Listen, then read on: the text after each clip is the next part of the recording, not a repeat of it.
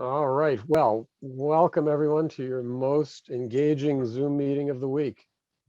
This is the November 18th, 2021 Town of Concord Historic Districts Commission meeting, and I'm calling the meeting to order at 7:03. Tonight, we will be reviewing 4 continuances, and we have 1 new application on the agenda. We also have some additional business at the end of the meeting. So let me do a quick roll call, and of course we'll add Kate. Oh, Kate's here. So let me just go around, and if you'd say aye when I call your name, that would be great. Paul? Aye. Paul's and aye. Luis? Aye. Dennis? Aye. Abigail? Aye. Nia? Aye. Melinda? Aye. Kate? Aye. And Catherine? Aye. All right, thank you. And voting members this evening, by the way, in order of seniority, and don't take that the wrong way, Nia. Nia, myself, this is just in order of our seniority on the commission. Nia, Peter, Luis, Paul, and Melinda. Right. And then if one of us has to drop out for whatever reason, Kate, and then Abigail, and then Dennis and Catherine in that order. So that's just for the record. Don't like what happens. All right. So I do hear a little bit of echo. So if folks would just mind muting themselves when they're not speaking other than commissioners, that would help us a lot. So let me just read the little spiel here. We're conducting this meeting online in accordance with the Commonwealth of Mass Executive Order, suspending certain provisions of open meeting law. This order has obviously been continued. The public may access the call through both phone and video conferencing. Members of the public will have an opportunity to ask questions and provide public comment on applications and discussions following the petitioner's presentation and questions from the commission. To do so, please raise your hand using the participant function of the Zoom platform. If you're calling in and kind of use the platform, you can raise your hand by dialing *9 or just wave at us. One way or another, we'll hear you. Heather, our host, will try to keep muting microphones of those not speaking in order to preserve bandwidth and also prevent echo. We may need to turn off video if we really start to have Zoom problems. But the commissioners, the host, and the current petitioner group will always stay on. Once we have an application presented, I'll call on each commissioner for comments. And then we'll open the meeting to public comment. Once there are no more public comments, I will ask for a motion from the commission to continue, approve with conditions, or disapprove or deny. A second, and then a roll call vote. And once the commission has acted, the petitioner is free to leave the meeting. All right, makes sense, clear as mud. All right, before we get started, Heather, anything to add to the agenda? Anything change in the last 12 hours? All right, well, why don't we jump right in, folks? Thank you again for joining us. And I do want to apologize for missing the last meeting. Life intervened and my cup overfloweth. So I hope you can all understand, and thank you for being patient with us.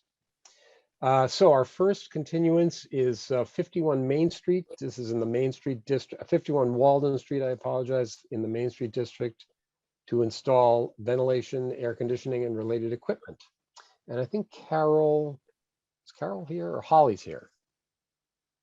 Hi, Holly. Hi. Welcome.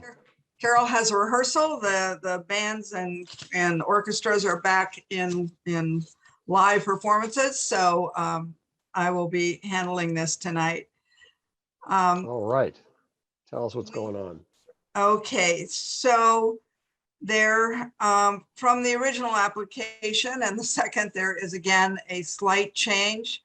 Modification. We've been working with the engineers diligently, but and slowly, unfortunately. But we are requesting the addition of an exterior duct coming down the side of the building that will be within the fence area and will be attached to a buttress. The fenced area is shown here is 38 feet long by 8 feet, well, by 9 feet deep off the building and 8 feet high, probably 7.5 feet high. We're trying to minimize it as much as we can. But it will serve two purposes. One, and there will, you can see the swings of gates because the property line is so close there. We will have to have gates to access the equipment, but they will look like the fencing itself and will only be used, when filters need to be changed or repairs need to be made. So they will be locked gates. This is the design from the engineers. One large piece of equipment and two smaller pieces. The large piece is a makeup air. The two smaller pieces are VRFs, and this is an entirely electric, very high energy efficient system.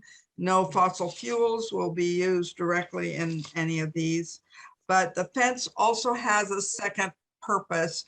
The fence will provide a sound buffer, and on the inside of the fence, we will add sound board to the fence.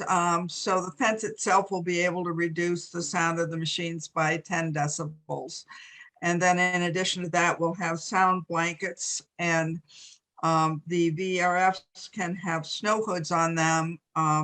They provide the air conditioning, and that will also direct the sound away from both the path and the street, although you can see we're quite a ways back from Walden Street here.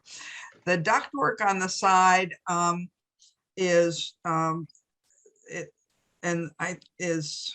one that is actually the duct itself is 30 inches by 18 inches. And then my thought was to incorporate it with one of the buttresses. So since the buttresses are already there, this would be added, and that would create a 3.5 foot wide column on the side of the building, which would be shingled. And this is a Photoshop, not beautifully done. On either side of the column, the shingles do go into the corner. I don't quite know what happened there, but and then the fence would be cedar fence, stained to match the color of the building. And the fence does need at the far right end 2 panels, the equivalent of 2 4-foot panels with from 4 feet up. The top half would have perforations. It would be a lattice, vertical horizontal lattice pattern, and it's only in those 2 sections. The rest of the fencing can be completely solid. And we are working with a fence company, Arrow Fencing, that has come very highly recommended and will work with us. We're proposing just to break up the height. The boards will be vertical boards because they hold up a lot better than horizontal, which can catch water and then you have deterioration much more quickly. We want the fence to look good.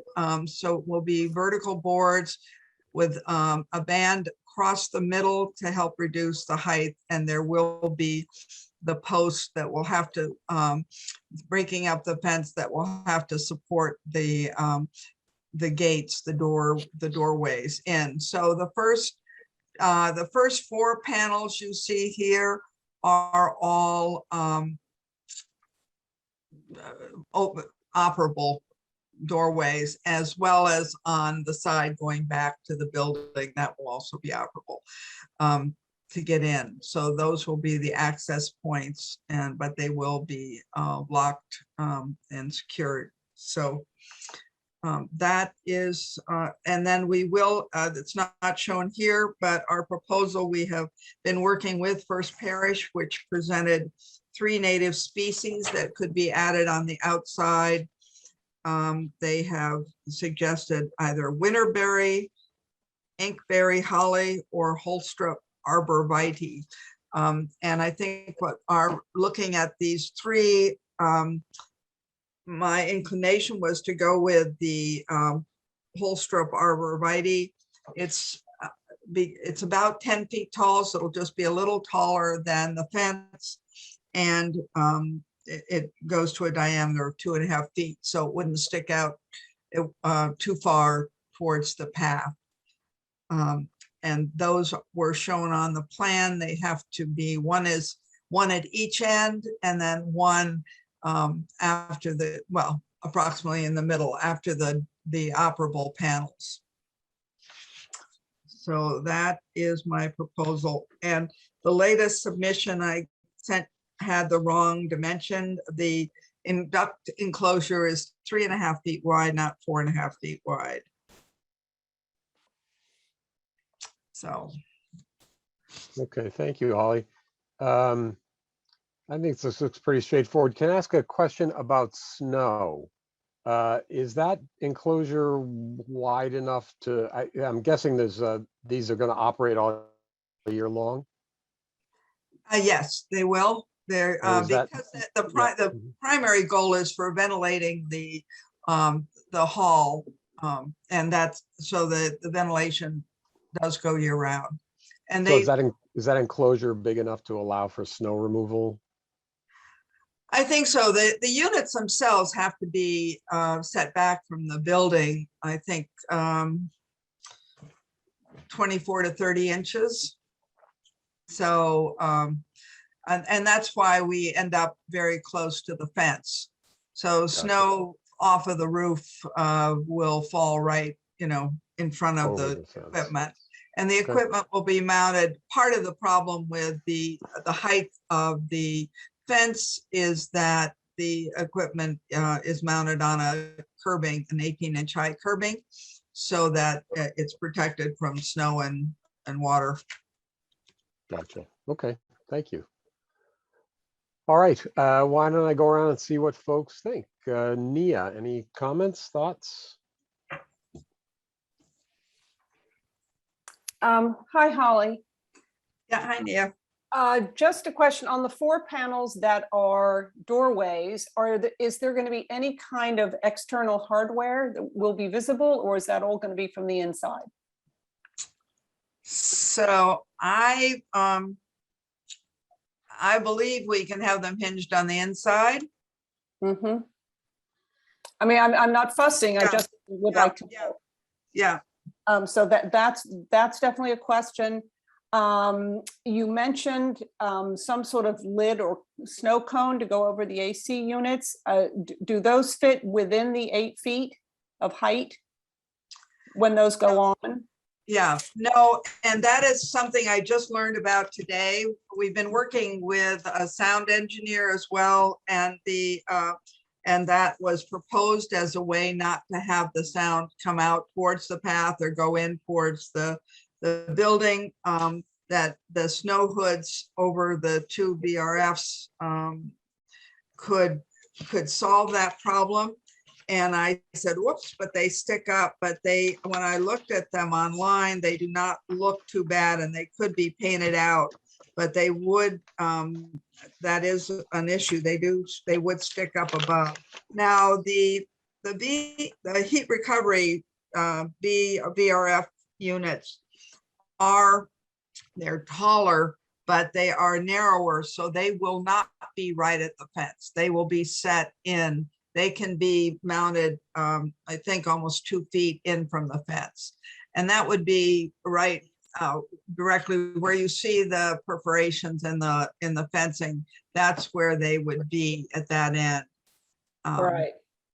So. Okay, so the snow hoods, what color? I mean, are these metal? And they're metal, yeah, and they can be painted to match the building. They can be painted out. And any ballpark, like how much they stick up? I don't know. I just started looking at them online myself today when we've been raising a lot of questions about the decibel levels, and that's so this is just breaking news to me too. But think they might stick up 18 inches by the visuals. Okay, I know this has been a nightmare for you, so I'm sorry. Yes. I'm always the one on the commission that fusses about landscaping. My personal opinion is if you put 3 arborvitaes in front of that fence, which are sort of very formal, very punctuation mark type plants, it is going to draw attention to it rather than deflect. So that's my thought, and I'd be interested to see whether others had an opinion, but I'm not too fussed one way or the other. Did you have, so these are plants that were all native species, and that's what we were looking for. And Mountain Laurel was proposed, but that only, goes to 4 to 5 feet and is kind of a little bushier. I have no strong preference between winterberry, inkberry. Well, the inkberry is a little shorter, or doing a different. The problem is at the area of the access, we can't put anything. So it's going to rely on, one can go at one, they can go at the ends and then go in the second half of the fence, but they can't. So there will be a break. Mm-hmm. And you're very limited with the amount of space you have, right? In terms of the depth. Yeah. So you're up against. No, the plants will go on the property of First Parish. Right. And I've been working with the property manager there, and we will commit to maintaining the plants and, installing them, paying for them, maintaining them, so that, and First Parish has no objection. Okay. Well, thank you. That's my comments. Thank you, Holly. Thanks, Nia. Luis. I just have a quick question. Is the surface of the enclosure, is that a smooth surface or is it textured in some way? No, it's smooth vertical boards. Vertical boards. Vertical boards, cedar. Okay, so it's actually textured. It's not a solid panel as we see in the photo, right?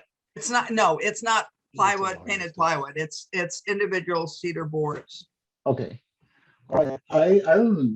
I think that this is the solution to the problem. I echo Nia's concerns about the trees, but I think that I don't know if any other option to conceal the structure, but I don't have any objections to the proposal.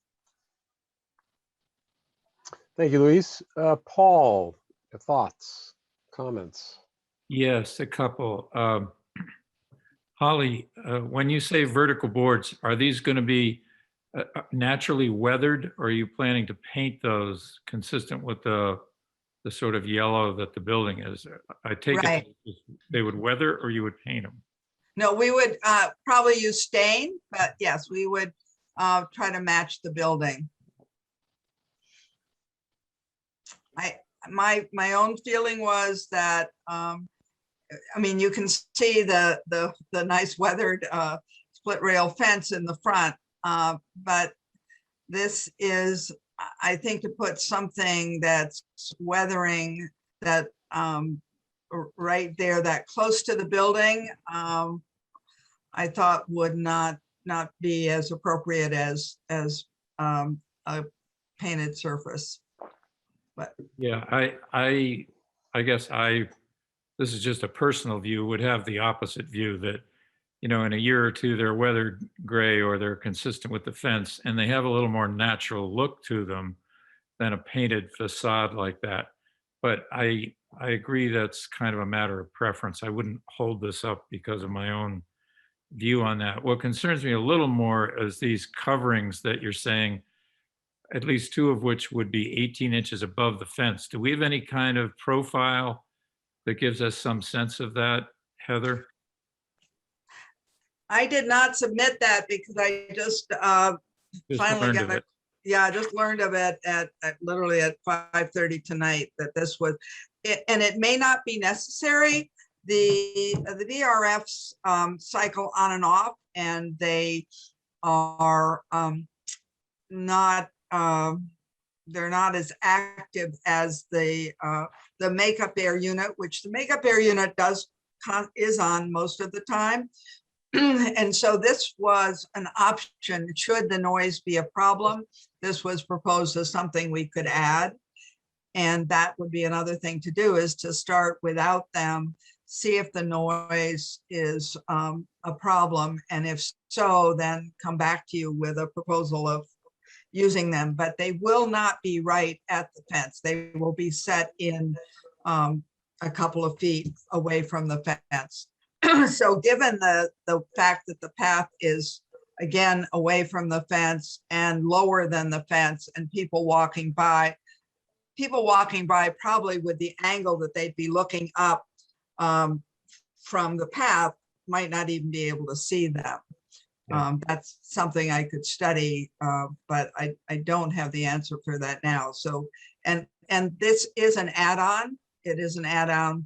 What we were doing today, we're exploring all the possible add-ons that we could do to reduce the sound. And we will probably put soundboard on the building itself behind the fence, which will help. Even though it's on that side, it will help it from echoing and reflecting out. So, and protect the concert hall. So whatever gets approved today would be without that additional covering. Yes, that would be Get another- fine. Yeah. Get another crack at that. Yeah, So, I because mean, it is.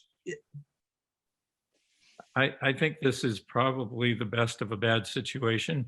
I must say the sort of yellow facade doesn't do it for me. I would rather see the natural cedar and let it weather, but I guess that's just a preference.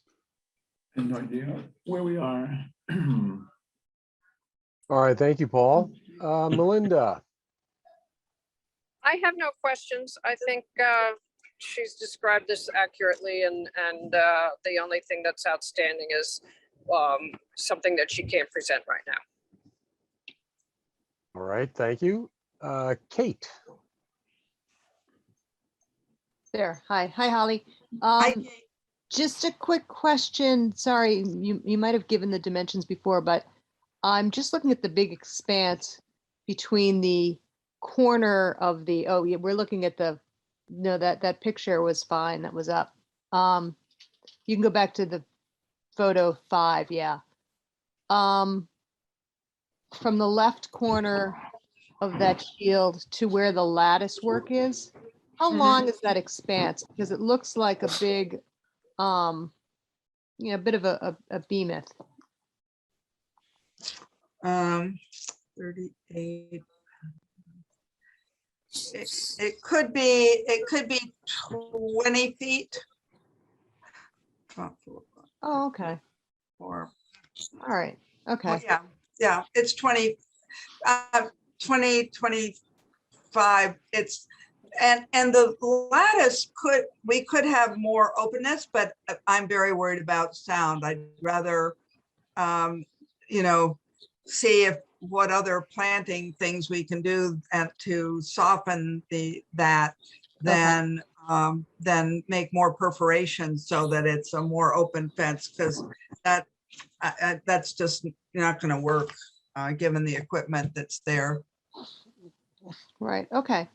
I was just trying to get a grip on Yeah. that Yeah. scale of that space. No further questions. Nia was pretty exhaustive. Thanks, Nia. okay, thank you, Kate. Kate. Nia was exhausted or exhaustive? Exhaustive. And maybe she's exhausted. I can't speak for her, but She's definitely both. exhaustive. All right, thank you, Kate. Abby, what do you think? So I mean, one of the reasons we keep asking about the equipment and the snow hoods is that in other projects that we've considered where we've dealt with fencing to screen mechanicals, one of the problems we've run into in the past is that the fences, after the mechanicals are fully complete and we have an approved fence, the fence isn't tall enough to really cover all of the mechanicals.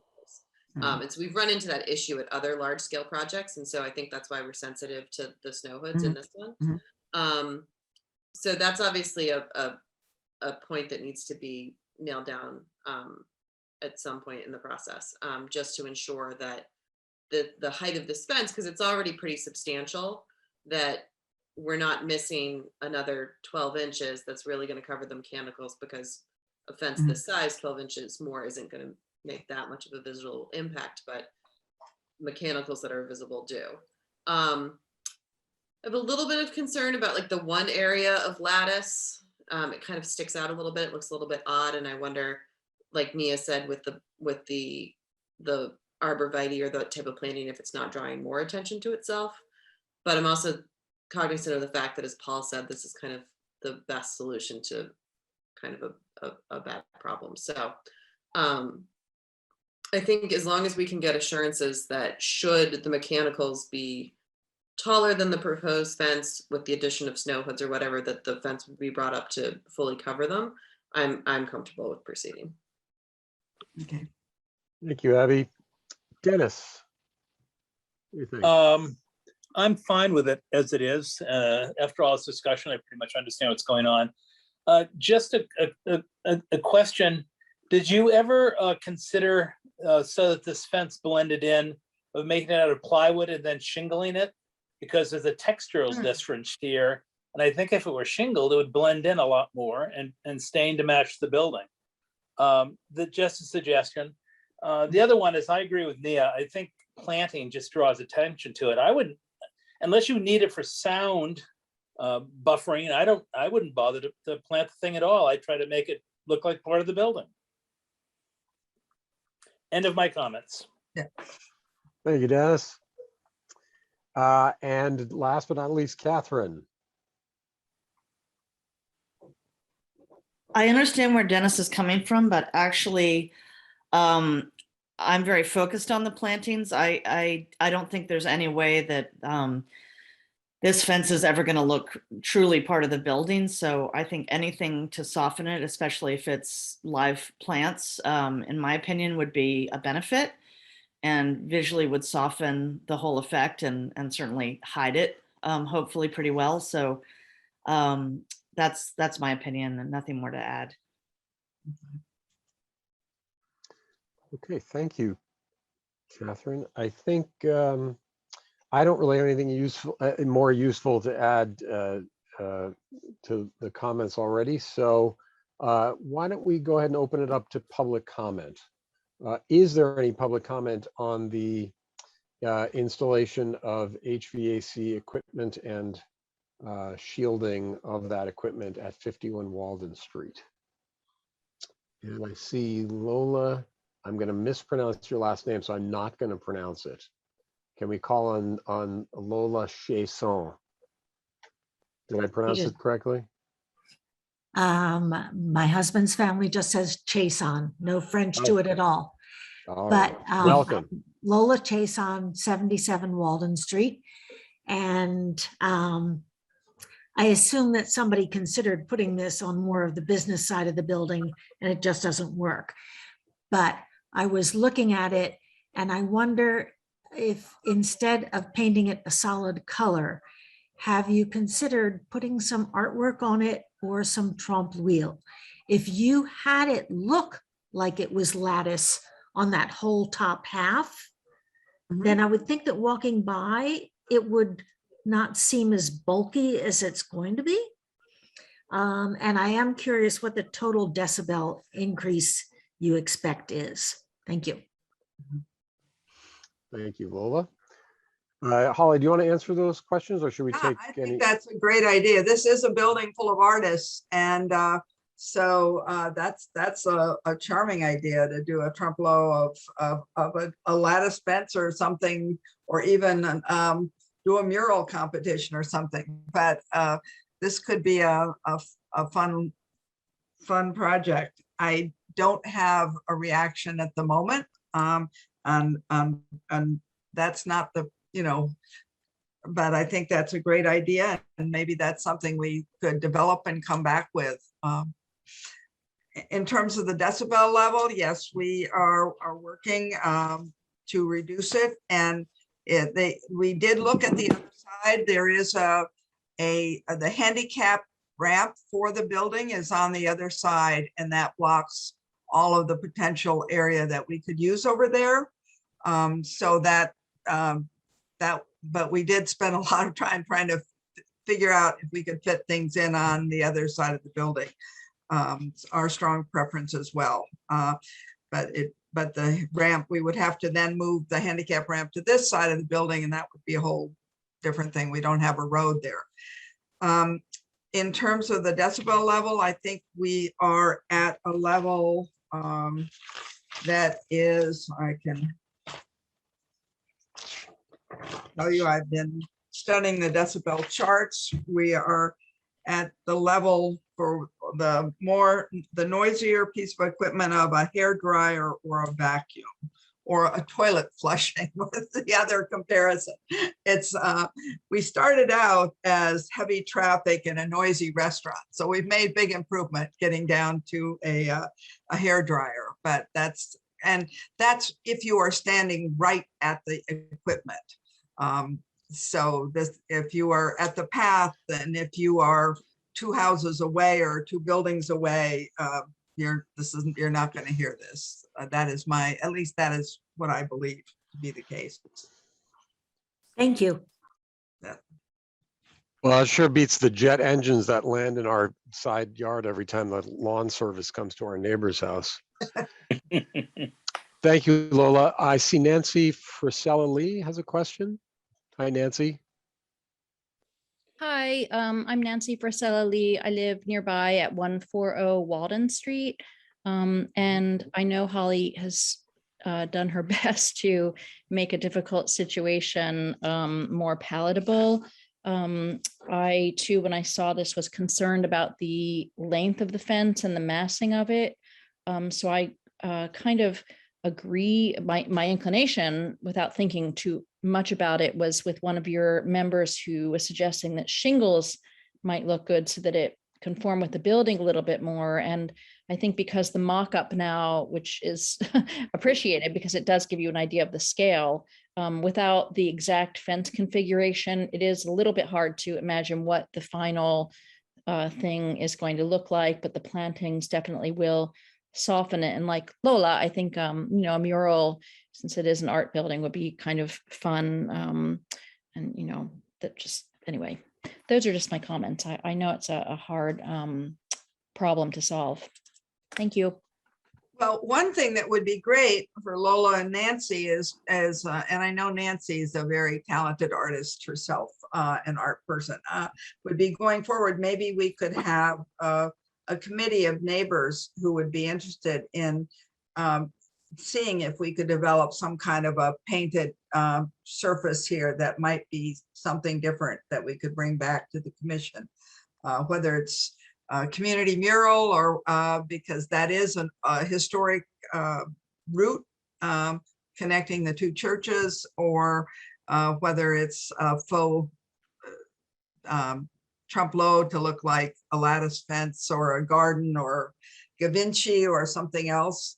So that could be a fun project. My only concern about the painting is just, the commitment to keep it up, because any of the Trump low, if it starts falling apart, it doesn't look as good anymore. But if there are a few neighbors who are interested in working with us on that, that would be wonderful.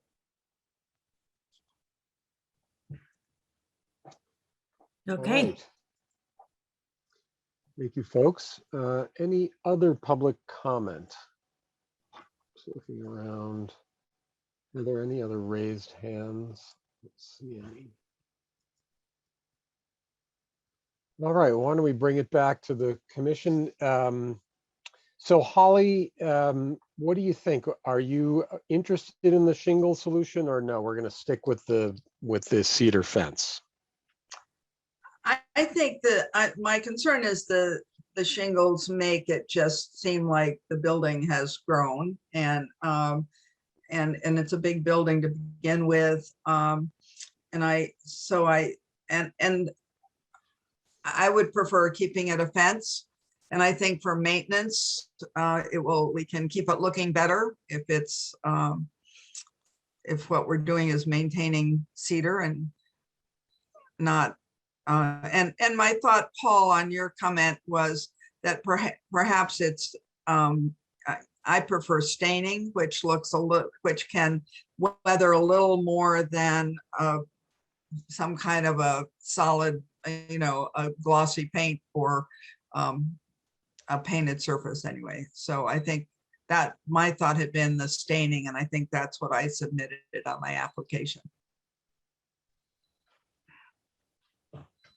Okay. Paul, how does that feel? Staying okay? I think that's a good suggestion. I mean, stains come in all hues, and so, yeah, I think we could leave it to the discretion of the applicant to choose an appropriate stain to the circumstances. I'd be comfortable with that in this particular case. Okay. The application does say stain to match building, so Yeah. it'll be close. It won't be exact. So I think that probably is okay. All right. Any other thoughts from commissioners, or can I look for a motion from the commission, please? I move that we approve the application for 51 Walden Street to install ventilation, air conditioning, and related equipment as submitted, with the understanding that if the snow hoods are needed, that you'll come back to us with an app that exceed the height of the, they're visible above the height of the fence, or any other equipment that is visible above the height of the fence, that you'd come back before us for an amendment. Okay. Could I suggest a further amendment? Go ahead.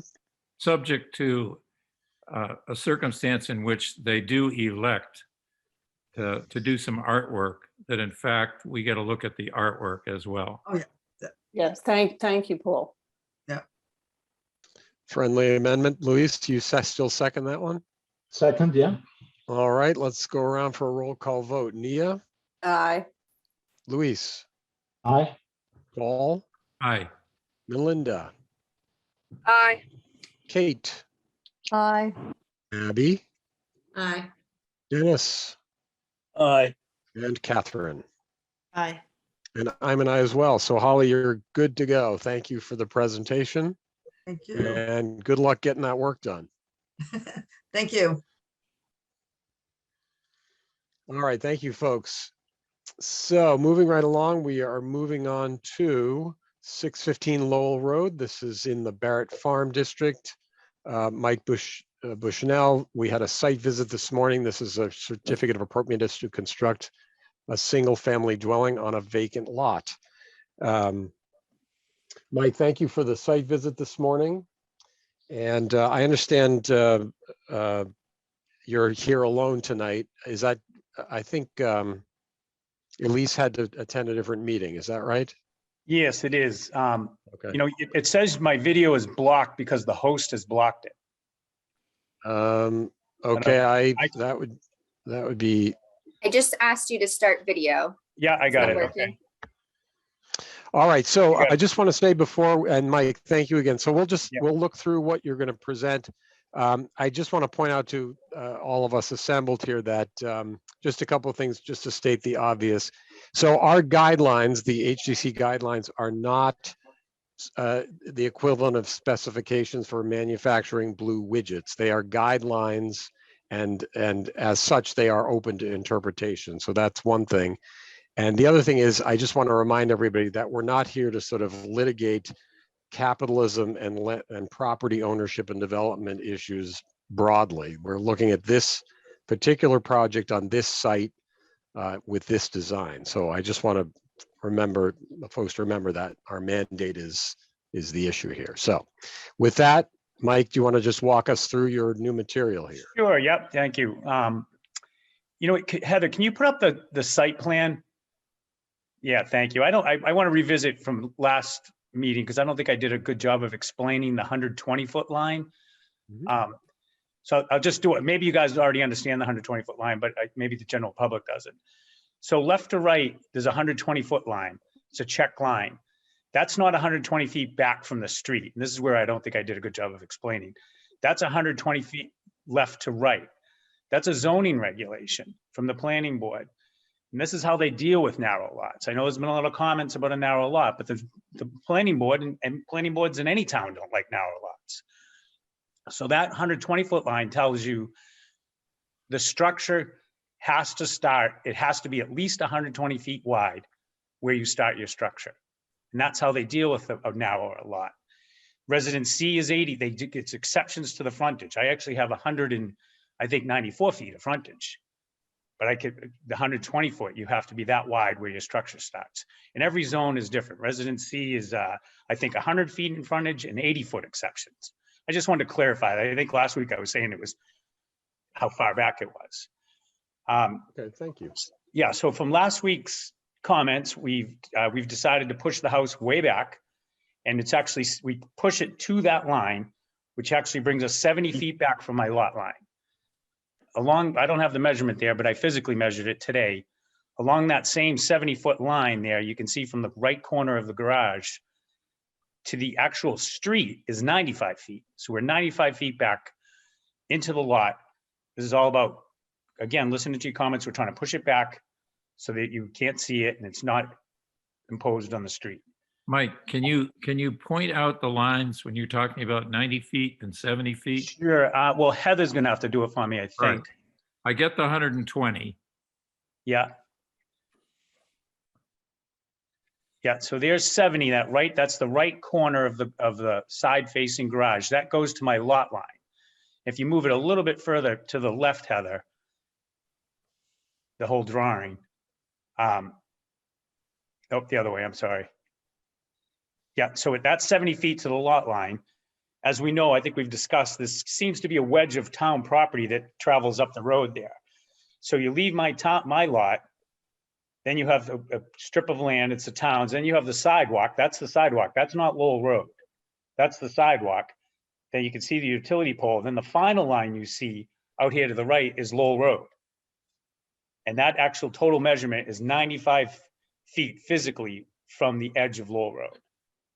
So we're back a significant way. Does that do it? Did that explain it? Yes, I understand now. Yeah, okay. Let's see.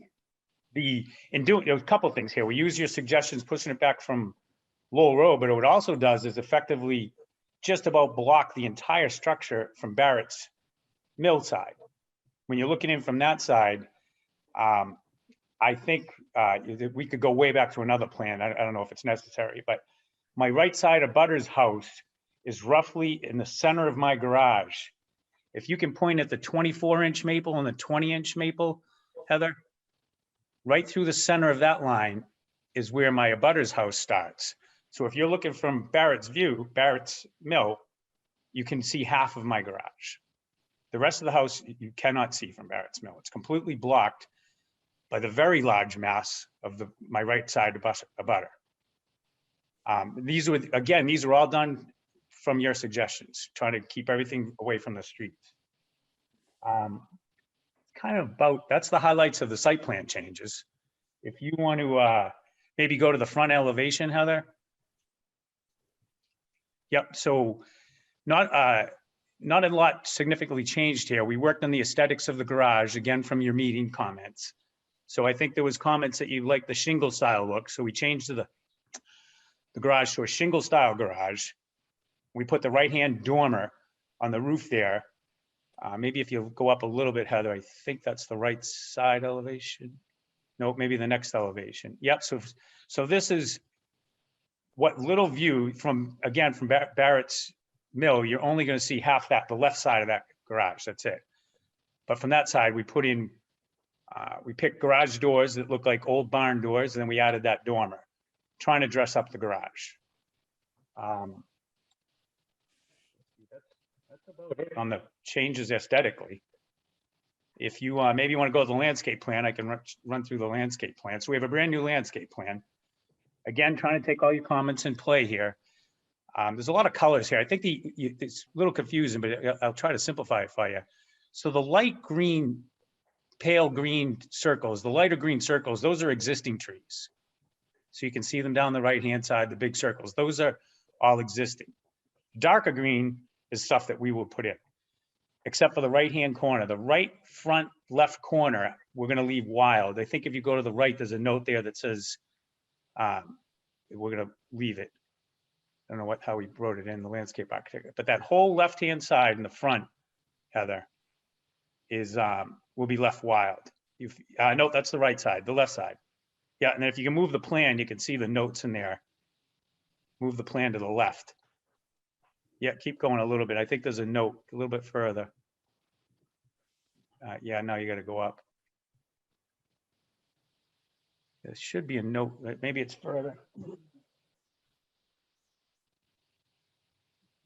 Yeah, there should have been a note there. So the left-hand front is completely wild. Everything you see, that's what's existing and that's what's staying on the left-hand front. If you want to make it go back smaller, I'll go down the right-hand side and just show you some. I think there were comments. One of our other landscape plans had a lot of arborvitaes, and there's comments that it looked too suburbia and like too mechanical. So over here we have some screening put in. I think there's three white spruce and 3 Norway spruces. That's right behind the 3 existing sugar maples. And they will work as screening for 2 ways, from the abutters side and completely screen it from Barrett's Mill, so you can't see that garage. The left hand, if you want to go down the left-hand side, Heather, there's some a sugar maple. What do we got here? 3 Fraser firs and a sugar maple here. And if you jump down a little bit further, we have 3 rhododendrons and 3 hydrangeas. Okay, that's it on the landscape plan. If you want to go back to maybe the one of those floor plans, or I guess the next subject I'll just address is it. I feel like we have 2 hot topics, and we've talked about the garage, and then it's always the square footage. What I would ask on the square footage, as the board, is I hear you loud and clear that you have discretion. You first, I think as we first started this process, there were a lot of feelings and comments that this wasn't even a building lot. And I think those comments came from some of the board members, if I recall, and you deferred to the planning board. And the planning board said, this is a building lot. Well, the planning board has rules and regulations for the FAR and the square footage of houses. I've said this in the past, but if this was an HDC, I'm allowed to build an 11,000 square foot house. I'm building a little bit more than a third of that is what I'm presenting. I know there's discretion, but I feel like you're building 35 or 40% of what the town allows is a lot of discretion. And I further worked with the mass. The town allows a 35-foot tall house. My house is 24 feet tall. So I've left 11 feet. Again, listening to your comments and trying to work with you to reduce this. That's the big key that reduces mass. When we are talking about a typical house is 35 feet tall, typical colonial. I'm at 24 feet. That's a significant drop in mass. It's kind of the highlights there. In conclusion, I feel like this is the 3rd full redesign.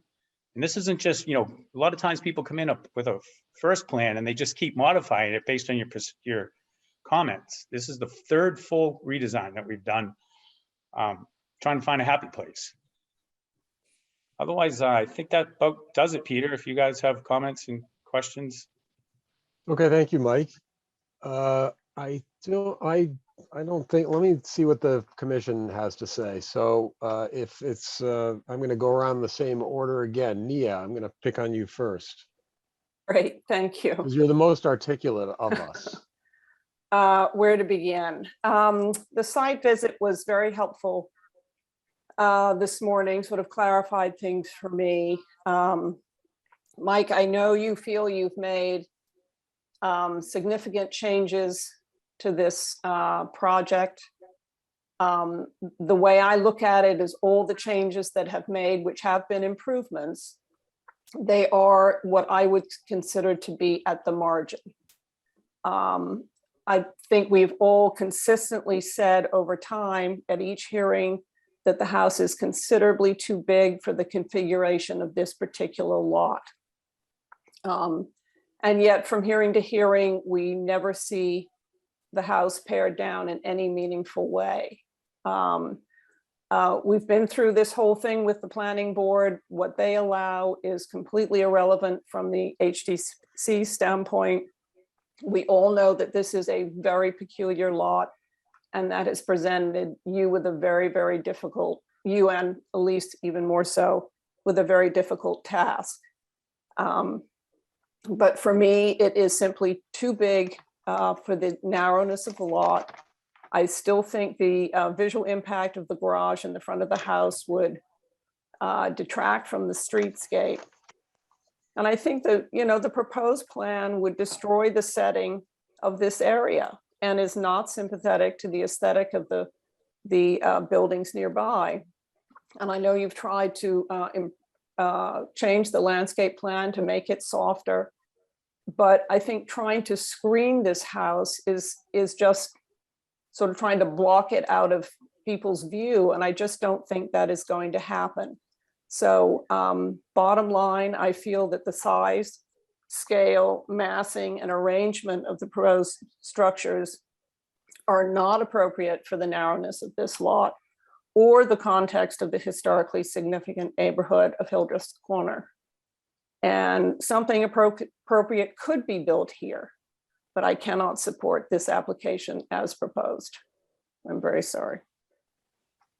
That's the end of my comments. Thank you, Nia. Luis. I just want to echo all the comments that Nia has made in such an articulate way. I, as well, don't believe that this house would give any credit to the historic relevance of this site, and on the contrary, it would detract substantially from it.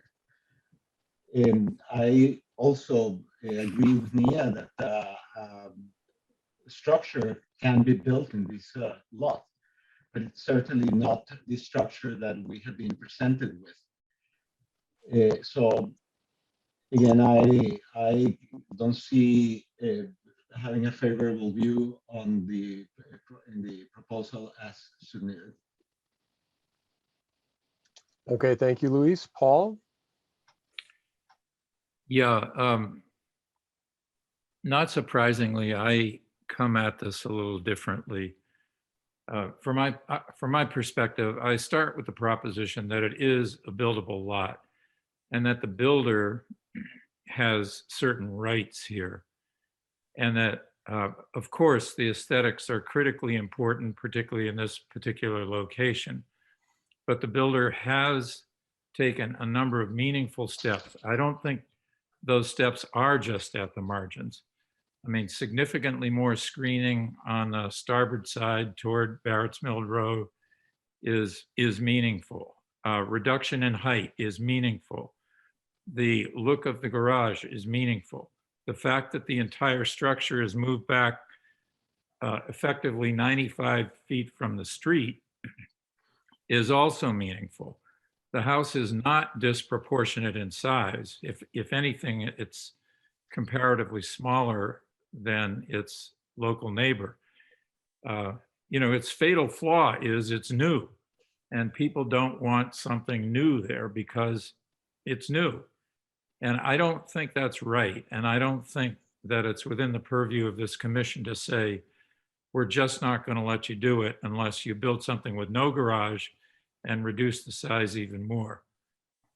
I think in terms of visibility, you know, in 6 months or a year, nobody's going to notice this house. It's far enough off the road. Its proportions have some elegance to them. I don't love the garage as a principal feature in the front, but on the other hand, it does have a barn-like look. And I'm troubled by just vetoing the project, which in effect is what people are doing from an aesthetic standpoint. I just disagree very strongly with taking that kind of a position. I mean, for almost any project, we can get 100 signatures to say, don't build it. But I don't think that's the point. And I think the builder here has done a credible job of trying to compromise and offer something that can work in this community.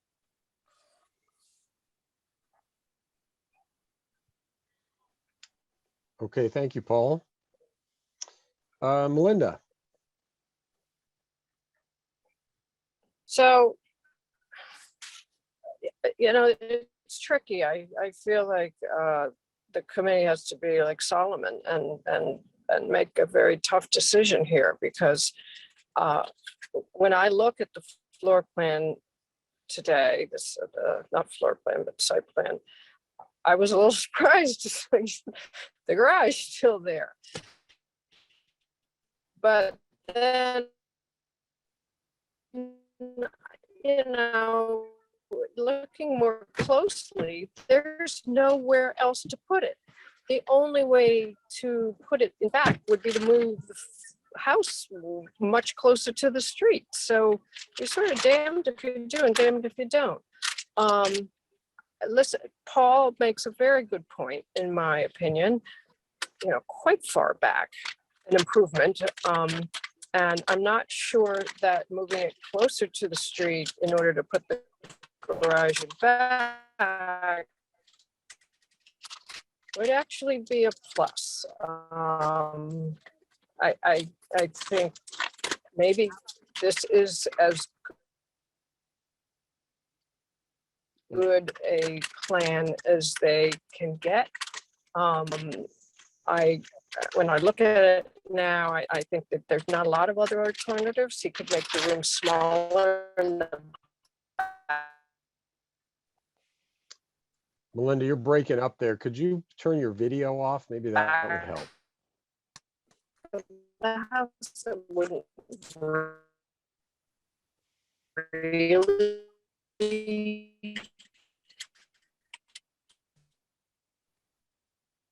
Oh, Melinda, I think we're losing you there. impact.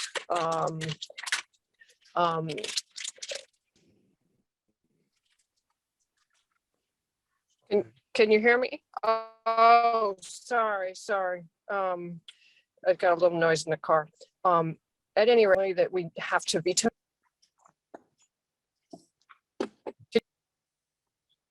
I don't think they can hear me. No, I think you're dropping in and Can you out, hear me Melinda. now, Peter? Well, can you turn your video off? That might help with the bandwidth. You're going in and out. Okay. Okay. Can you hear me now? Yes. I turned off video. Okay. Okay, that's So I better. don't know which the last thing you heard me say. My feeling is at the end of the day that Uh-oh. cutting back, making smaller rooms and bedrooms in the back of the house isn't going to make much of a difference from the street. And I think that we can't have our cake and eat it too, in terms of to be moved forward. And I don't think that got right now. And honestly, 2 weeks ago, I really was pretty sure that I didn't want to see that garage in the front, but looking more closely, I think it's hard to avoid. I think we've maxed out the other possibilities and that this is the best design that they can come up with. So I do feel that I could vote for this in the current rendition. Okay, thanks, Melinda. Kate, what do you think? Hi there. I thought this morning's site visit and the staking out was very helpful. And Mike, I enjoyed chatting with you afterwards and appreciate all the patience and courtesy you've shown in revising this stuff. I did go through the past few meetings. As Abby said, I binge watched because I needed to catch part of a meeting that I had missed. And so then I watched the subsequent ones. And the continuing thing that keeps occurring is, like Nia did say, is that, we've said from the beginning, this seems too big. And then it did get cut down a bit. But when I was there today, imagining a 2-story structure and everything else, I thought it's still too big for the site. Now, I know Paul says, the builder has a right to build there, but, you are also, we've got our, what you might view historic district commission constraints, but you've got your own constraints because you only want to go a certain size to be able to turn a profit when you sell it. And so, and I meant, I normally don't like to mention economic aspects at all in HDC deliberations, but that is what comes up from your end. And so that is a factor here. That's why this hasn't changed that much. The garage in front, usually means cars will be parked in front, which will be, it's not just a matter of seeing the garage, but it's also a matter of seeing cars parked in front of the front door, parked in front of the house. And that's usually something we really, really don't wish to contribute to any district, let alone this district, which is one of the few that's really, quite specifically described, at least in our HDC members handbook and guidelines and all that. And I think that, to be a little more helpful, to be a little more specific and not just vague, I'm not even going to get into massing or square footage, but the fact is, the first line in section 1 of, the purpose of the special act is to promote, educational, cultural, economic, and general welfare of the public through the protection of buildings, places, and districts of historic significance. And this is one. And I think, that some of, even Melinda's saying like, well, I guess I can support this because what else can you do? That's not what we're supposed to do. We're supposed to, protect, things that we think need protecting. And I think a lot of us, at least this morning, felt this is an area that needs protecting, not eliminating any building site, but just, this is a lovely building. Each of your plants have been lovely. And I appreciate, the model you made of the first one. Each one has looked great in any number of places, but I think the volume is just too much here. And I would have a hard time supporting it. Thank you, Kate. Abby. So like everyone else, I found the site visit this morning really helpful and clarifying. I did have a question for you, Mike, because at the last meeting we had discussed, obviously, there's the overall plan and the site and all of that, but the garage has been a real sticking point for most commissioners in terms of its location.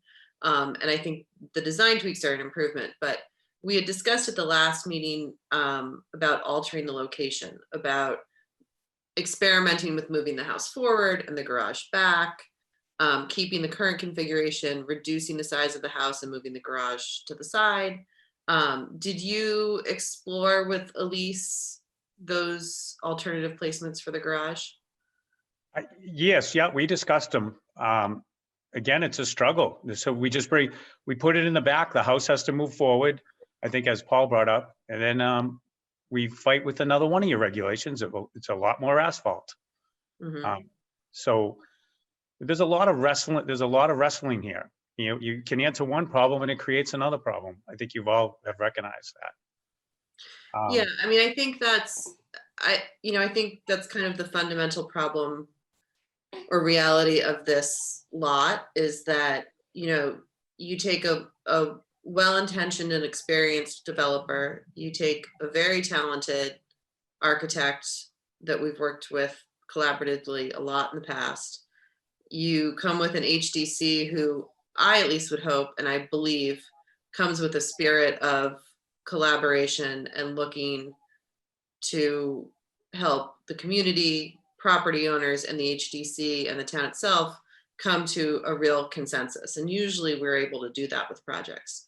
Most of our projects work through a process where at the end we come to a result that most people are pretty happy with, if not very happy with.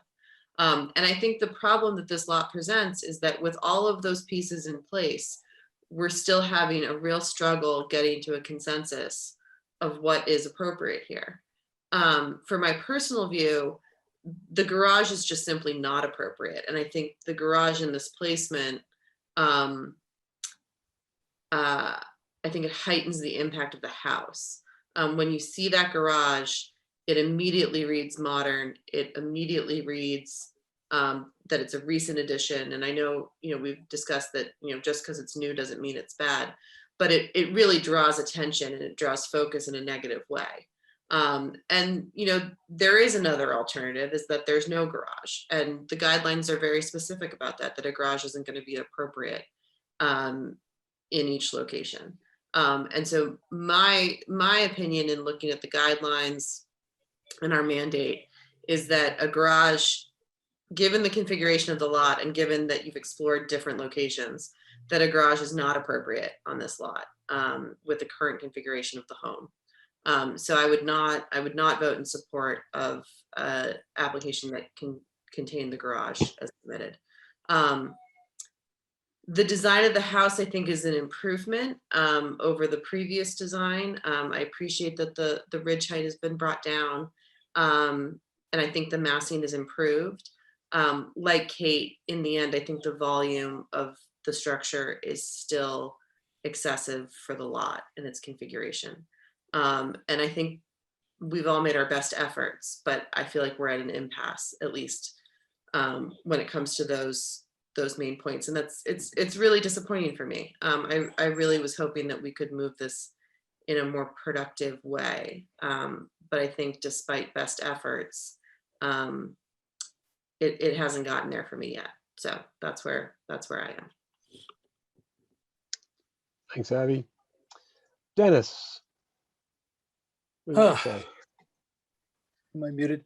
This has been a real struggle for me. And as I hear all these comments being made, I've gone back and forth in my own mind about this project. I have to say right off the bat, I've never bought the precious quality of this particular lot. That sort of has always evaded me. Why this piece of property is so precious. I mean, after all, the neighbors to the right knew when they bought their house, that this was going to be developed in one way or another. I think the comments made by the neighbors is they really don't want anything on this property at all. And I don't think that's appropriate. I think something will be built here. And I think the game here obviously is for us to keep turning down things until they get an open lot. Having said all that, I think in hearing the comments in the site visit today, looking at the plans, I still agree that this is too large for the lot and that it probably is not appropriate. But something's going to be appropriate here and something's going to be built. So I think there's going to be a mind change on the use of this space going forward, because land is too precious in Concord, and I think that there's going to be a structure here. It may not be this one, but it's going to be one at some point. So I guess with a lot of regrets, and I guess reflect Abby's comments, I think probably this is not the right project for this particular site. Thank you, Dennis. Paul, you had a comment, but Catherine hasn't gone yet. Oh, excuse me. Yep, go ahead. I wanted to ask the builder a question. Okay, hang on a sec. Catherine, what do you say? Oh, you're muted. You're muted. You got to unmute. There you go. I don't have a great deal to add to what my fellow commissioners have already expressed and noted about the property. I agree, this is very, very challenging. I mean, I think inevitably there will be something built on this land. I agree that the land is precious, and it as much as I might like it to remain an open space, that's probably not necessarily realistic going forward. However, I do share my fellow commissioners' feelings that just in terms of the overall scale of the proposed building, in proportion to the existing property, it does seem just too large. It's skating very closely to the edge of the neighbor's property.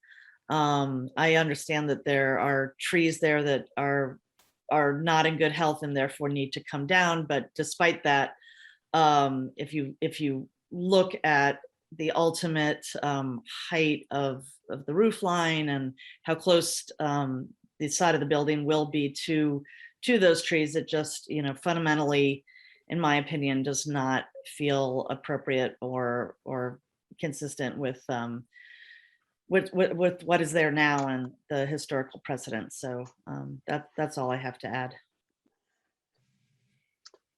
Thank you, Catherine. Paul, you had a comment? Yeah, I think we talked in the past on this about trying to put the garage behind the building. I infer from what you said tonight, Mike, that to do that now, passing the whole question of driveways and whether that would have to be pavement as distinguished from, crushed stone or something permeable. are you saying you cannot put the garage behind the building?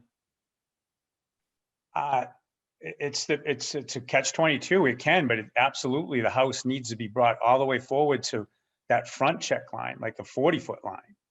Right, Which- I see. Okay. Yeah, so we just need the room Yeah. back. We would need that room. And to me, it's the less of the evils.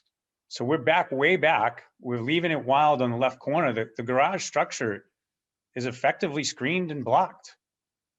It's screened from Lowell Road. You're not even going to see it. And it's screened now from Barrett's Mill. We can bring everything forward to that front line. And we've been there before. Maybe if this is the time, I'll revisit. I know everyone's asking about a new design, but we've presented 3 distinct designs. The first design was presented all the way up on the front line. It spread left to right. That was rejected out of hand. I think you've answered my question. I didn't mean Okay. to. make Yeah, it well, more whatever complex. time I can answer. Yeah, no problem. I did it. Yeah. I was just curious whether, if you left the building where it is, could the garage be moved behind the building? And you're telling me no. Not leaving it where it is. No. A complete new redesign. No, no, then we'd be getting even closer to the trees, which is other complaints. And we'd have to bring, when you have a side entrance garage, you have to be able, you have to come in, be able to turn into it and back out of it. So it chews up a lot of room instead of a front entrance garage. The second plan was the front entrance garage, which was way back in the lot, but it was a front entrance.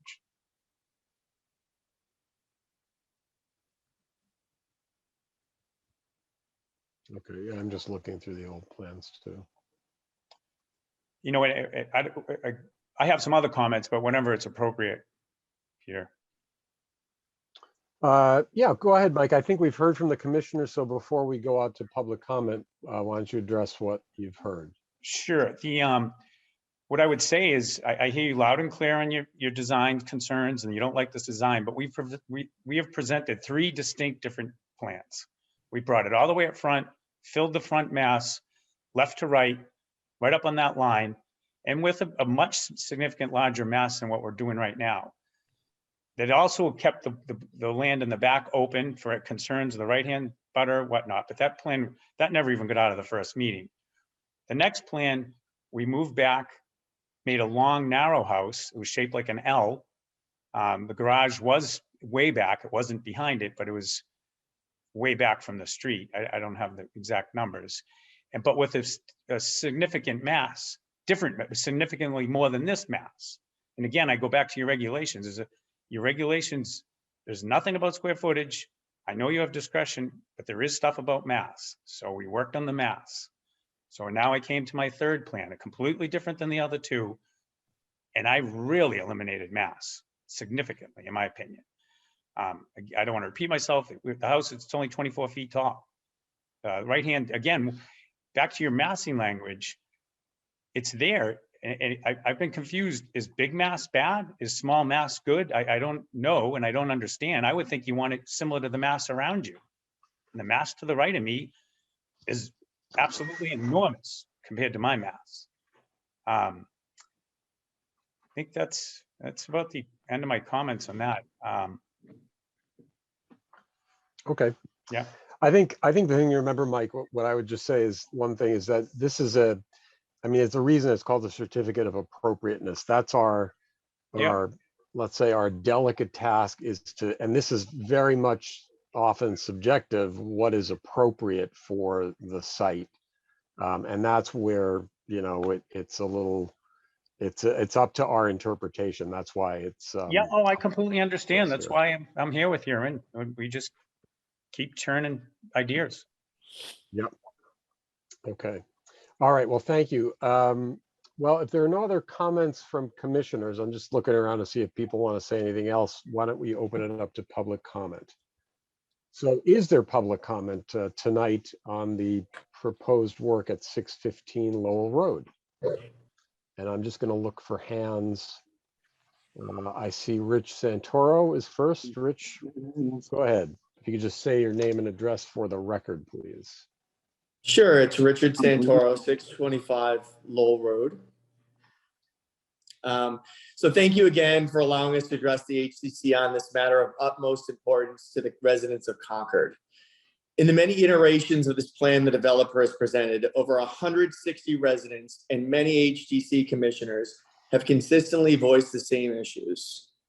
First, that the size and scope of the structure with its massive residence and garage is simply too large and wide for this oddly shaped, narrow, long lot with its small buildable area. Second, that the developer cannot figure out an appropriate placement of a garage on this lot for the historic district due to the tortured subdivision of this lot by the current owner, leading to the inevitable conclusion that a garage really isn't appropriate for this lot. And third, that the design, now a modern boxy cape-like thing, is inappropriate and out of place in the context of Hildreth Corner, its scenic environment, and its historic houses. I know the HDC in this meeting and last meeting noted that the HDC guidelines are that they can be applied with latitude based on the particular facts and circumstances of the application. But these issues raised by over 160 residents of Concord are not minor issues, like the color of shutters or a door or the styling of a light fixture, which have a minimal impact on the historic district. These that we are talking about are core threshold issues that will have a permanent and lasting effect on the historic and scenic nature of Hildreth Corner and its architecturally significant houses. These are not guidelines that are fungible or should be subject to trade-offs. These guidelines should be the North Star for the Commission to fulfill its ultimate charge and mission of preserving the history and scenery of the historic districts and achieving the stated preservation goals of the Barrett Farm Historic District. By not applying these guidelines appropriately, we run the substantial risk of setting precedents that will have a lasting detrimental impact on future development in historic districts in Concord. The developer has not really addressed these issues. In fact, he's told the HCC will not do so because it would affect his return on investment. But the HCC really shouldn't judge this application based on his developer's returns. They should really judge the current plan by applying these guidelines and standards that are essential to its mission in a faithful manner and in the best interest of the preservation of the historic district. I think it's also fair to point out that the current owner of this property, which is Archstone Builders, really created the limitations and problems with the property themselves. And they need to be held to the inherent limitations of their actions into subdividing the lot in this manner.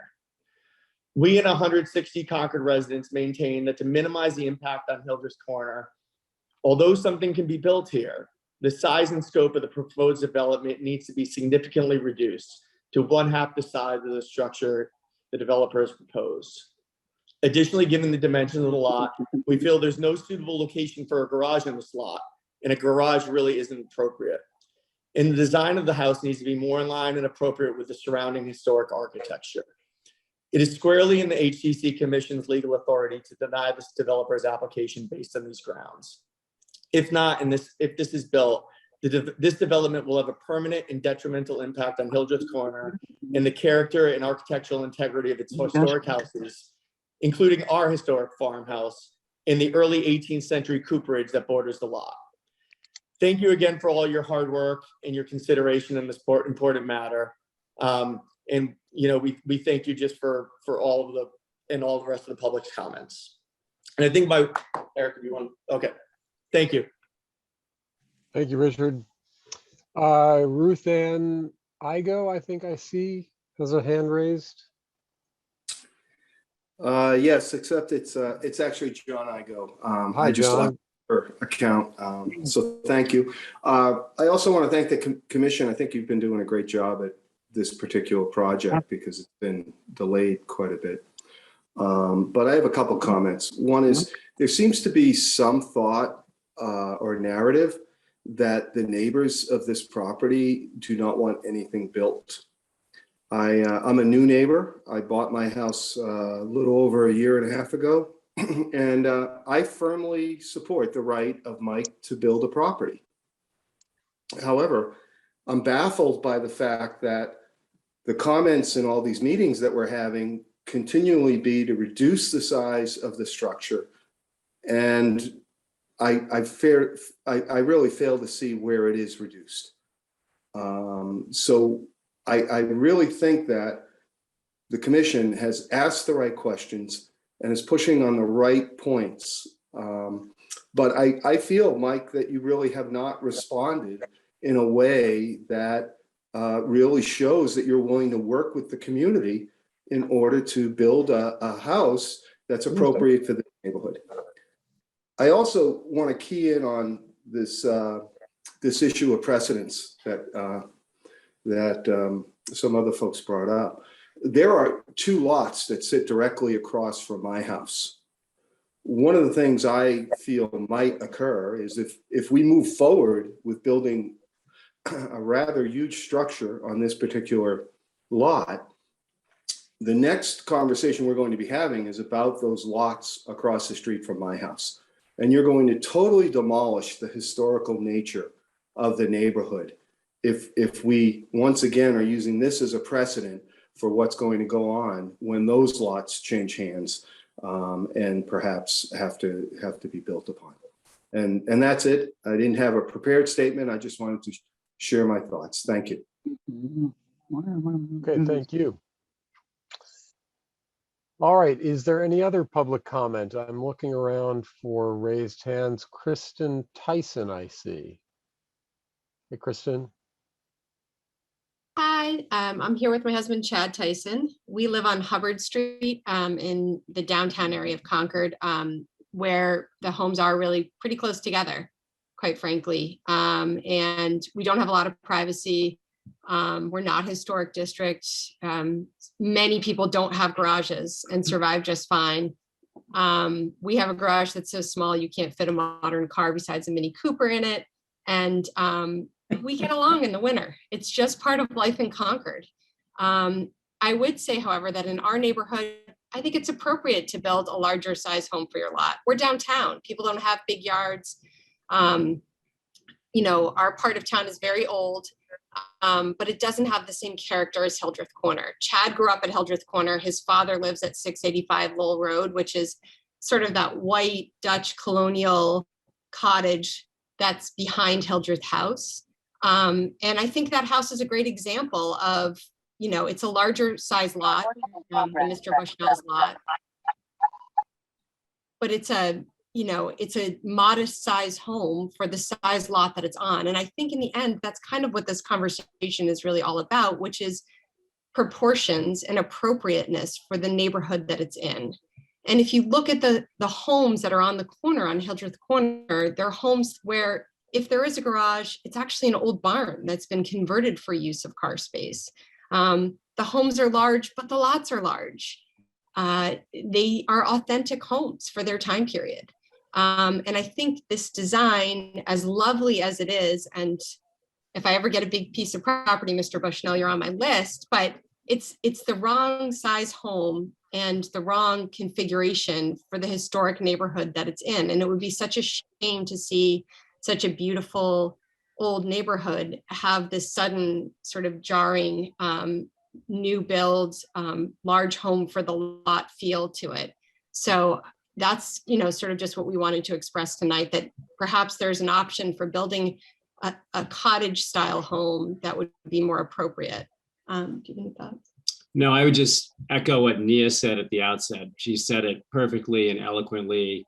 It all makes sense and it all resonates. The plan is just too big. It's why you can't fit a garage in the front and you can't fit it in the back. You got to shrink the house to make it work. Okay, thank you, folks. Let's see, Ruth Ann Igo. Oh, I think I already chose you, did I not? Yes, you did. I did. You still got your hand up there. That's all right. Brooke, Brooke Whiting Cash, you're next on the list. Hi, Brooke. Brooke Whiting Cash, 1114 Lowell Road. I was previously a member of the planning board and a member of the planning board when this lot was divided through a approval not required process.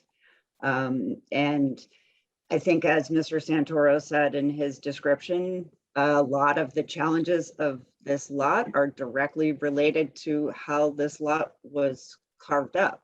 the quality and character of a historic district is not just determined by the architectural objects that are within the district, but their relationship to one another, their relationship to the street, to the topography, to landscape features.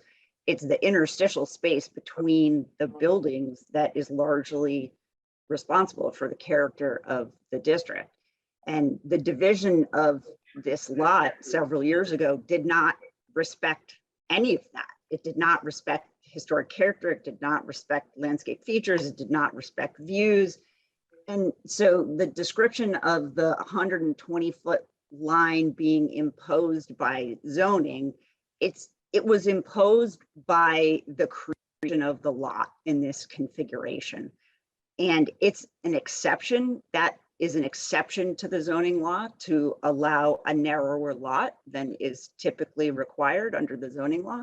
So the constraints of this lot are directly related to how this property was divided. And so it is a very incredibly difficult charge to meet the requirements of this lot as configured to meet zoning, to also respect the historic fabric and character of the neighborhood and the relationship of buildings to one another.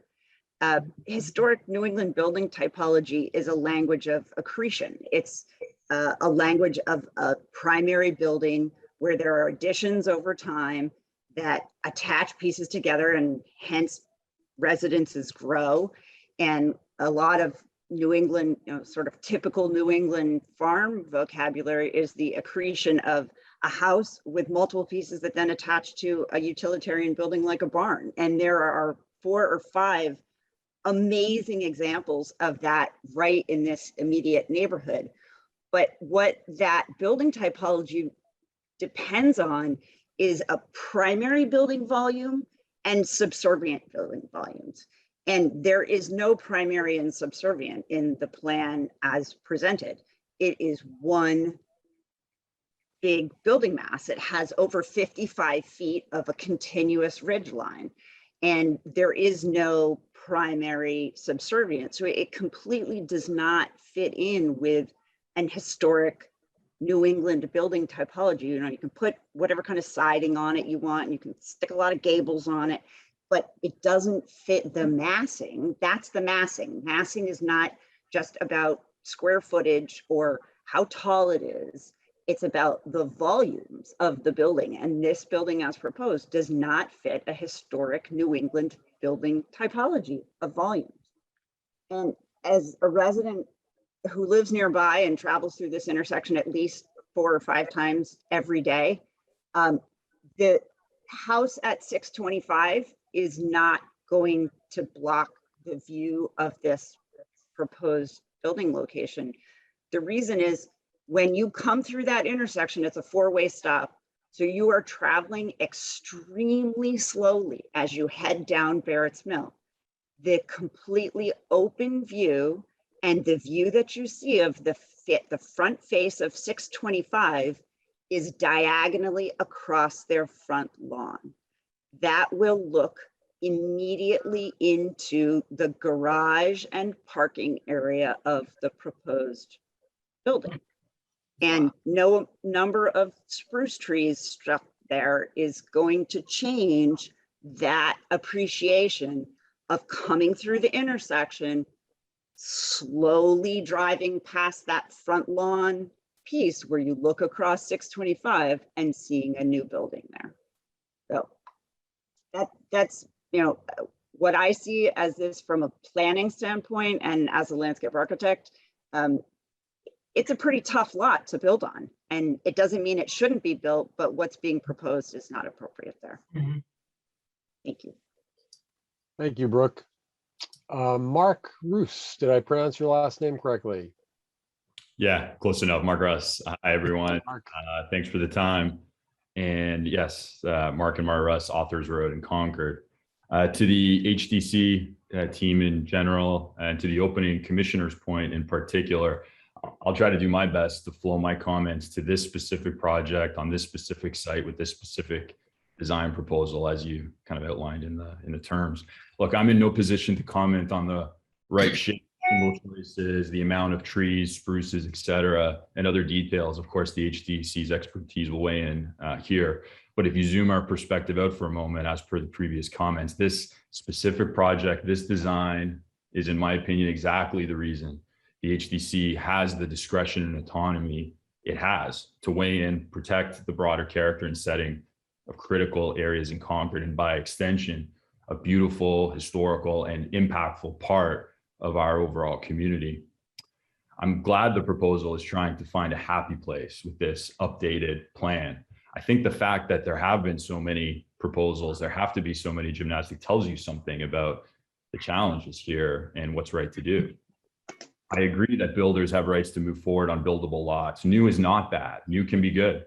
But if this design, in my opinion, in my wife's opinion, is allowed to move forward as is, at the size currently proposed in general, and with the garage specifications as proposed in particular, a significantly negative impact will ensue on the area's longstanding historical character, its beauty, and thus, when you think about it, a key entry point into Concord forever. In my opinion, the volume is too much here without a reduction in size. Thank you very much for everyone's time, for the hard work on this, and thanks to the HDC for all you do to, I believe I heard earlier, to protect the things that need protecting. I think this is one of them. Thank you very much. Thank you, Mark. Bill Page, I see next. Good evening.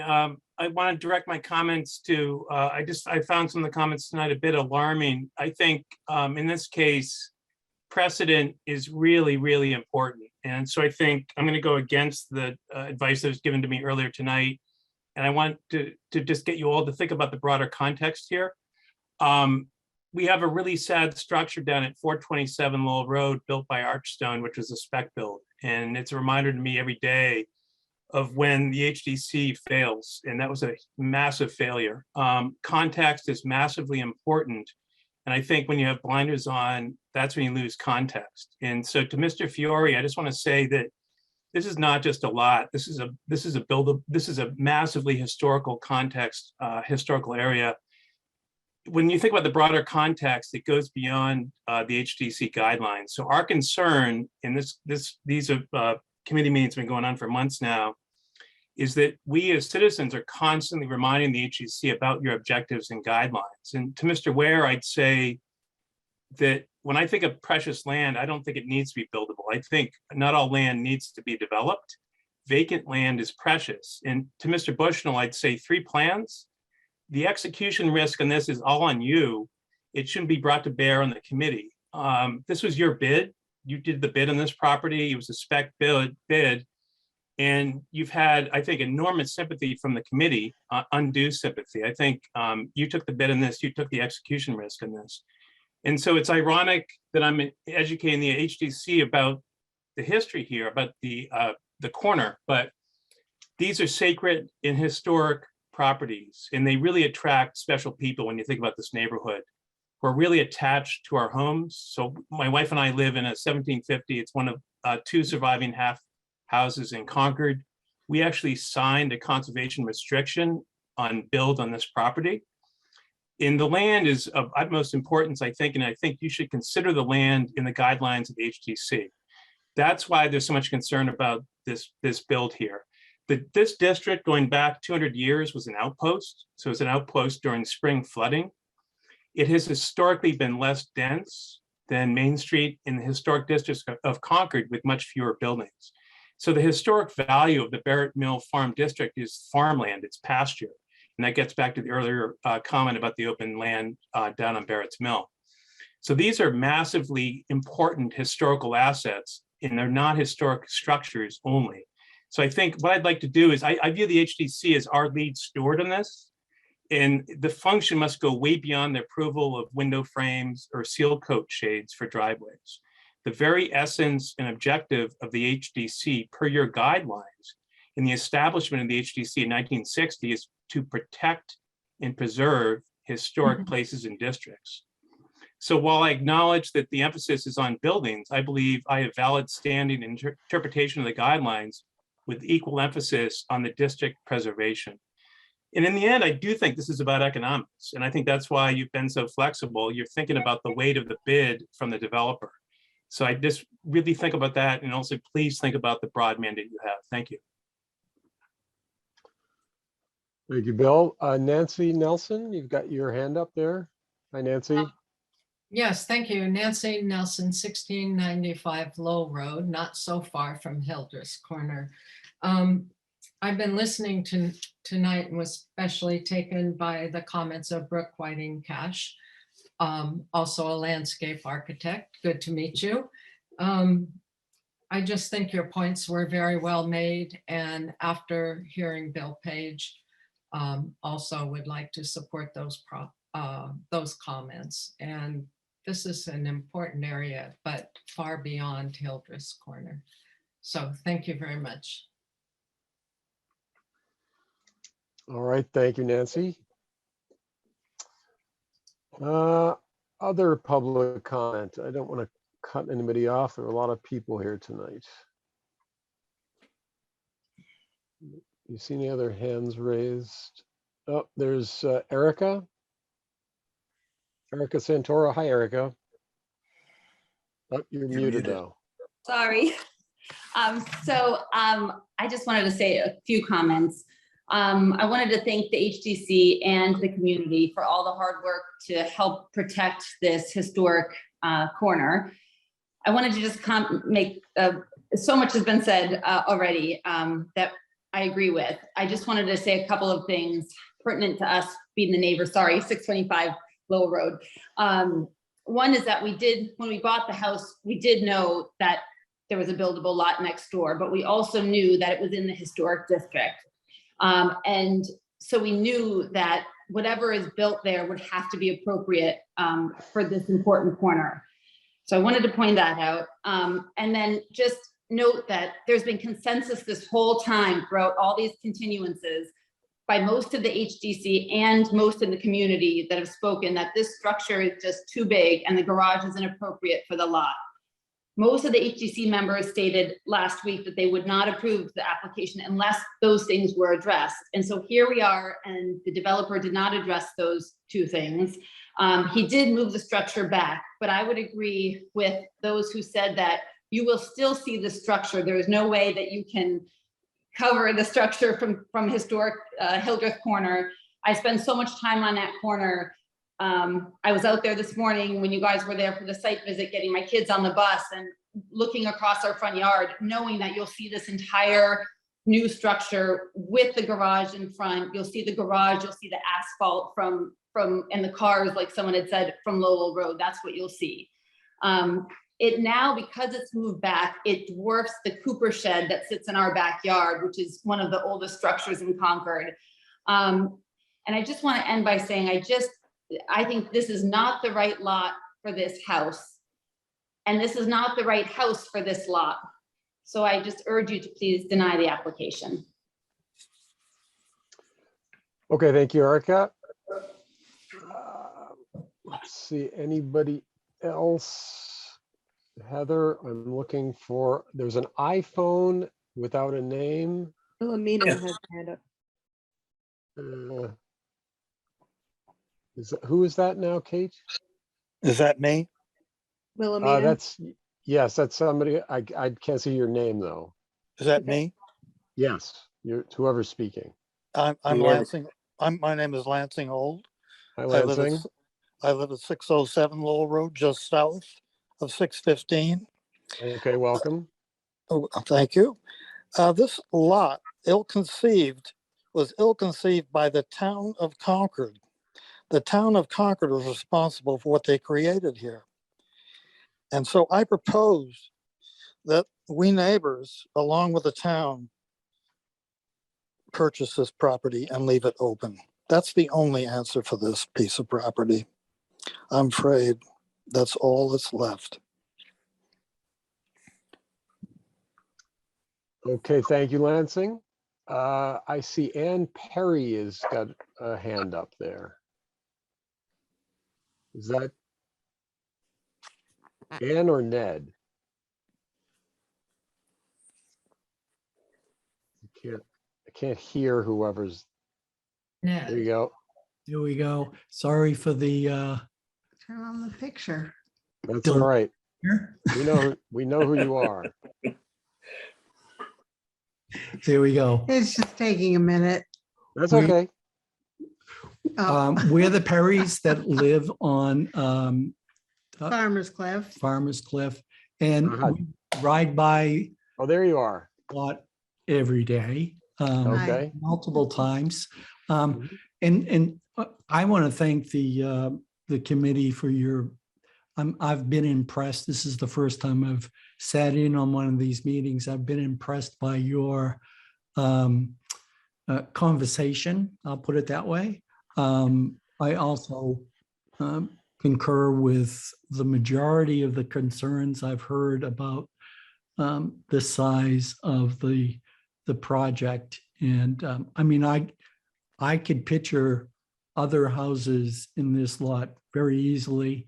And thank you very much for giving us, the community, the opportunity to express our views.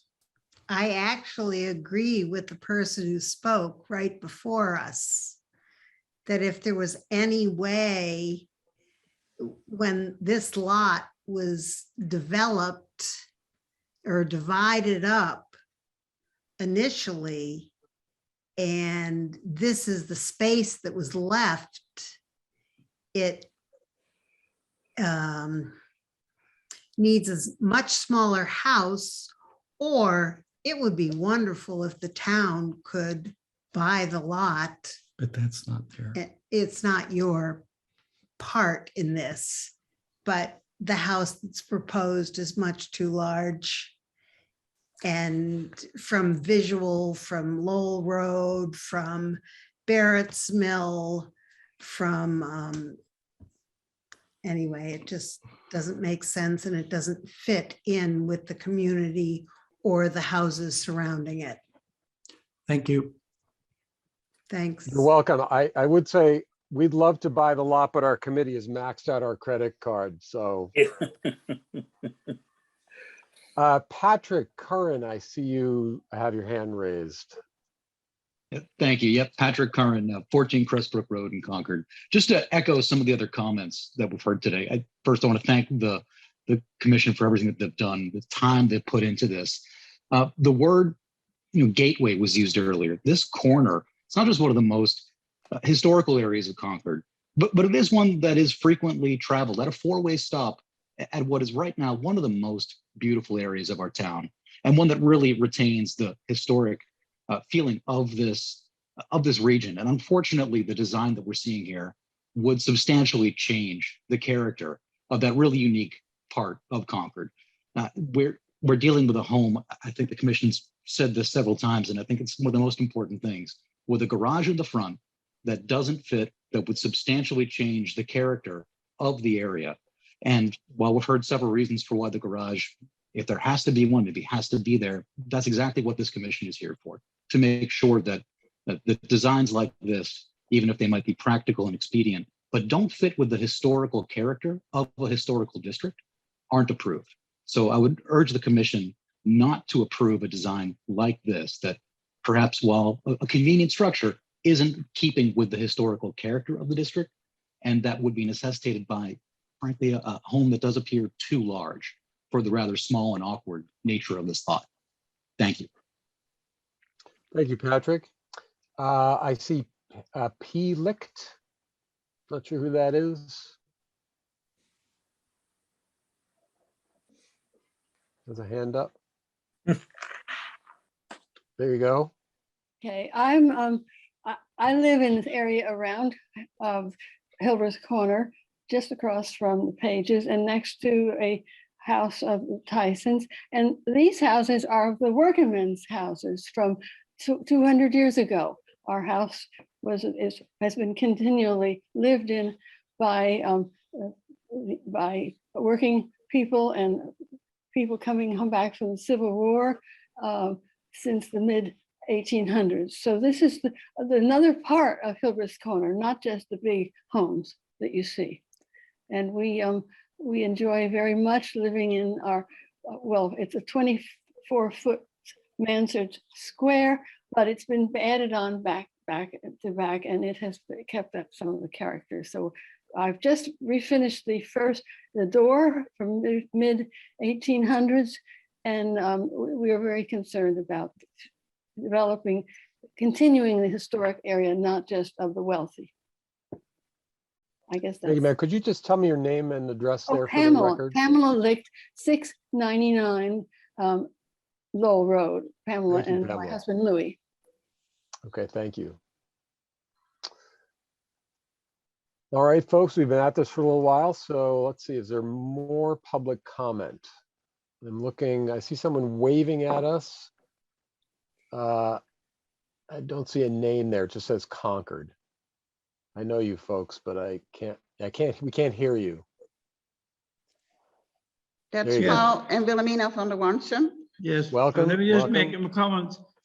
We are on another camera, but it says the host has disabled it. So I'm not sure what's going to happen. Okay, we can Anyway. see you. We can see and hear Okay, you yeah, now. we're now on a different one. Go ahead. So just a few comments to support the denial of this application. I don't want to go over the lot of grounds we have already covered, but I believe that in the previous discussion between the board and Mr. Bushnell, it has been made clear, at least by the majority of the commission, that the proposed development is not appropriate in size, layout, and appearance for the land in question. Yes, here we are again, and there has been a new plan which was somewhat changed with the garage in a different place, but we still are dealing with a very difficult lot. There's about a ratio of 5:1 between the length, the depth of the lot and the width, and it's a very awkward lot therefore.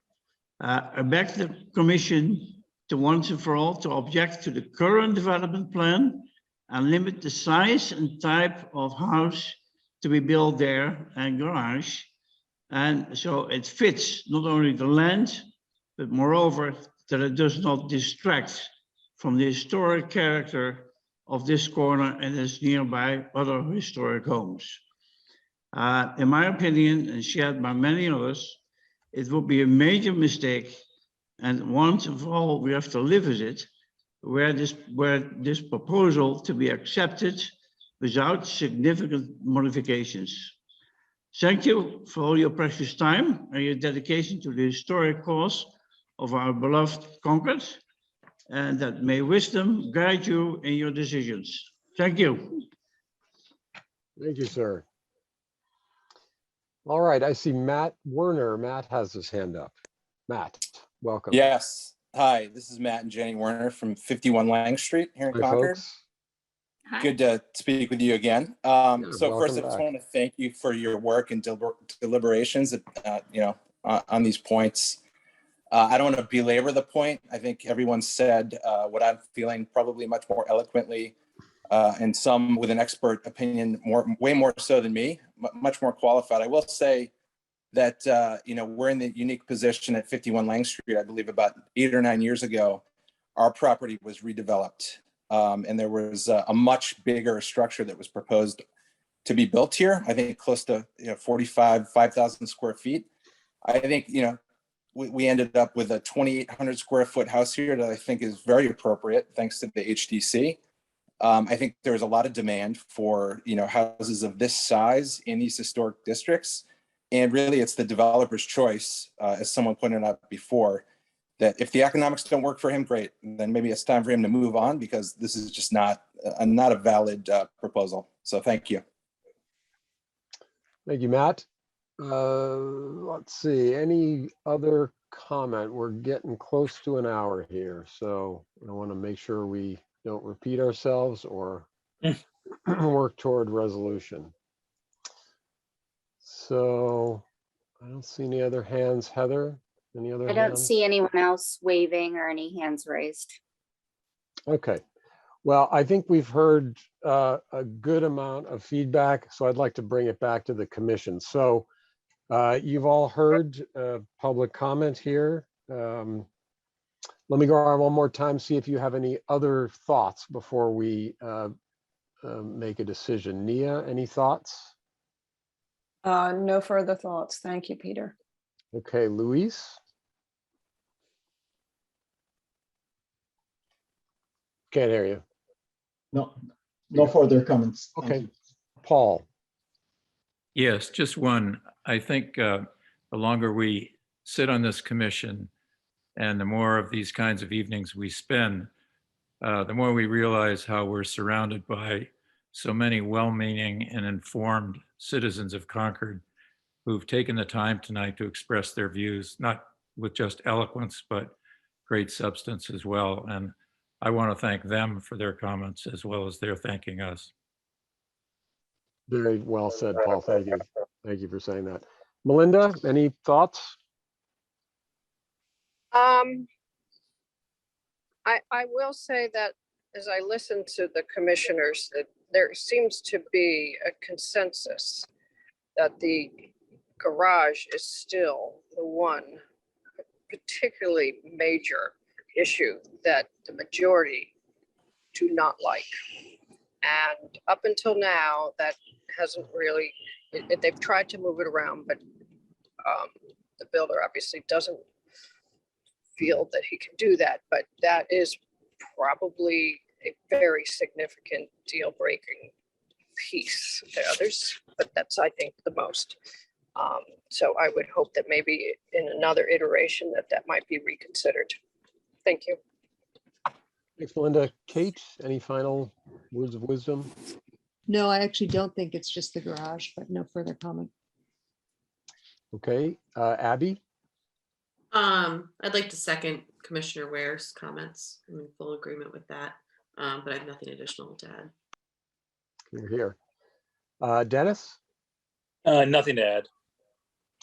And Catherine, I think you're still here. You dropped off my screen though for some reason. No, I also appreciate the public comments, very articulate and passionately said, and I very much value what the public has to say. Thank you. Okay, Mike, I'd like to bring this to a vote if okay with you. Yes. I'd like to make a motion. Thank you, Nia. I make a motion to deny the application of Mike Bushnell to construct a single-family dwelling on a vacant lot located at 615 Lowell Road, as presented in the plans tonight, both floor plans and elevations dated November 1, 2021, and the site plan dated November 17, 2021, for the following reasons. One, the commission finds that the size, scale, and massing of the proposed structure is not appropriate to the land area, shape of the lot with a lot width exception, neighboring structures, and the surrounding streetscape. Second, the structure as proposed disrupts the pattern of the historic streetscape. And thirdly, the location of the garage in front of the house, instead of to the rear or to the side of the proposed structure, is inappropriate on the site. The commission is not prohibiting development of the property in this denial, but has found the plans as proposed and presented to be inappropriate for the site. Second. All right, thank you. We've got a motion on the floor and second. And I think we're ready for a roll call vote. So again, I'll go in order. So this is a motion to deny the application. So a yes vote means we are denying the application. Nia? Yes. Luis? Yes. Paul? Yes. Melinda? Yes. Kate? Yes. Dennis? Yes. Abigail? Yes. Catherine? Yes. And I am a reluctant yes as well. So Mike, we've denied the application. And Oh, I heard you. all right, and I do so declare. So I think we are done for the evening on this particular application. But I do want to thank you for all your effort, Mike, and I want to thank all the folks in town for input and for sticking with this process. I do think we're not exactly doing God's work here, but we're doing the work of the town. It's a hard process, but we eventually try to get there. So I want to thank you all for your time. All right. Thank you. Thank you, Mike. All right, folks. So why don't we keep moving along? Our next continuance, and I appreciate you folks for hanging in there tonight, is at 201 Lexington Road. This is Dean Atkins in the American Mile Historic District. This is to construct a field stone wall with granite posts, reconstruct a front path, remove some pavement in front of a barn, some cobblestone paving strips, and other associated work. We had a very nice site visit this morning. Thank you again for the site visit. I think, is the applicant here? Well, hi, Dean, I see you there. Great. So I'm here. I also have And my Gail, I wonderful see you. wife, Hi, Gail. Meredith on. Hi, Meredith. Who's there? Gail and Robert. Robert Young. So Okay, thank you all for the tour this morning. So do you want to just walk us through it real quick, and we'll let you know what we think. great. I'm happy to walk through, or Gail, if you want to walk through it. Well, actually, I that think works if we just put the drawings up, you know what, I'm not sure we need to walk through it all again. I think the commissioners, most of us were there this morning. Can I beg your indulgence since we're running a little late? Why don't I just go around and see if commissioners have any questions or observations, and we'll kind of do it that way. Okay with you? Perfect. All right, so let's go in order again. Nia, what do you think? I think you're picking on me. I am picking on you because I want you to be able to go early if you're not feeling well. Oh, you're very kind. Thank you.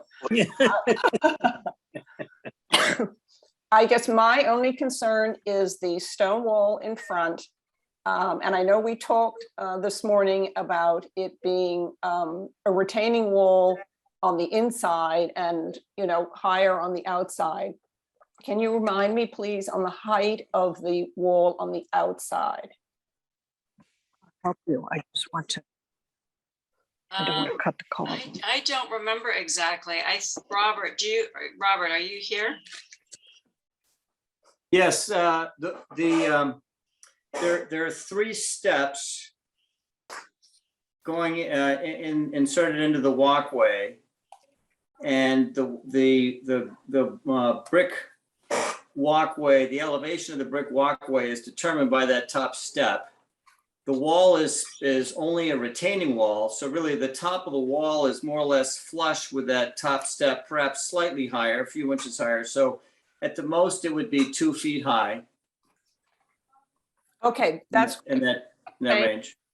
My only thing I would just ask you, we have if I may say so, we have a very good section in our guidelines on what we're looking for in a stone wall. And we're exceedingly fussy about it not being too neat and tidy. And I would just urge you, before you start construction, to really take it to heart and read closely what is in the guidelines, please. Other than that, I have no problems with this application. Thank you, Nia. Luis, thoughts? I have no problems with the application, but I echo Nia's concerns about the stone wall, and I think that the applicant should make sure that the stone wall represents the other stone walls that are in the environment and not be a finished stone wall as we have seen in other parts of town. Thanks. All right, thank you. Paul, any thoughts? I know you weren't there this morning, but you've probably seen the property. Yes, I know the property. No, I have nothing to add. I mean, again, I agree that we want the fieldstone look and not a manicured suburban look. Okay, thank you. Melinda, any thoughts about this application? I was not able to be at the site visit this morning, but, so I have no other questions. Okay, thank you. Kate, any thoughts? I was I mean, not at the site visit, but I went by the property and I've looked at the plans. No other thoughts beyond the same thing. Remember that the stone wall should be a rubble wall. Gotcha. Thank you, Kate. Abby? I echo the comments of my fellow commissioners, nothing to add. Ma'am. Dennis? Nothing to add. I think it looks fine. I think it's be a great improvement. All right, and Catherine? Yep, nothing to add. I agree with the comments about the stone wall, but I think it's going to be a great project and it's well designed. Okay, I agree, and I have nothing useful to add. So why don't we open this up to public comment? Is there public comment on the application at 201 Lexington Road for what is predominantly landscape work? I'm gonna look around here. Wow, look at all the people that left. We're not that interested. Shock. I'm sorry, it is an interesting design. Okay, I don't see any hands raised, so I'll bring it back to the commission for a motion, please. And Peter, I just wanted to echo that Yes, we want the stone wall to look exactly as the commissioners have said. And I think we're looking across the street at a good example of that is across the street at the Concord Museum right there. But we're looking for a very natural dry laid stone wall, not a neatly structured wall. So we're 100% in support of that. good, great. Thank you for that comment. I Go move- ahead, Nia. I move, sorry, that we approve the Thought you were application coughing. for 201 Lexington Road as submitted. Second, All right, let's do a roll call vote. All in favor, Nia? Aye. Luis? aye. Paul? Aye. Melinda? Aye. Kate? Aye. Abby? Aye. Dennis? Aye. And Catherine? Aye. And I'm an aye too. The ayes have it. You're approved. So Thank thank you. you and good luck getting that built Thank you so before the much. snow flies. All right, you're welcome. Thank you, Appreciate it. folks. Thank you. All right, moving right along. So 71 Lowell Road, this is now we're at the military project. This is the certificate to renovate the existing building with as described in the application. So again, I apologize for missing the last meeting. There is this application outstanding for on the sculptures, which has to be processed before we can vote on this application. That's unfortunately not till the next meeting on December 2nd. So I believe I've talked to Heather and other folks about the guidelines. Our guidelines leave it open to the choice of the applicant. We could either just continue to the next meeting and kind of do everything at once, or we could discuss the project, the 71 Lowell project tonight, just not act on it, ask questions and clarifications and all, and then at the December 2nd meeting, continue the hearing and do that all at once. So it's really a question, I think, I don't know, Tom, are you leading the Yes, thank the you, applicant Peter. tonight?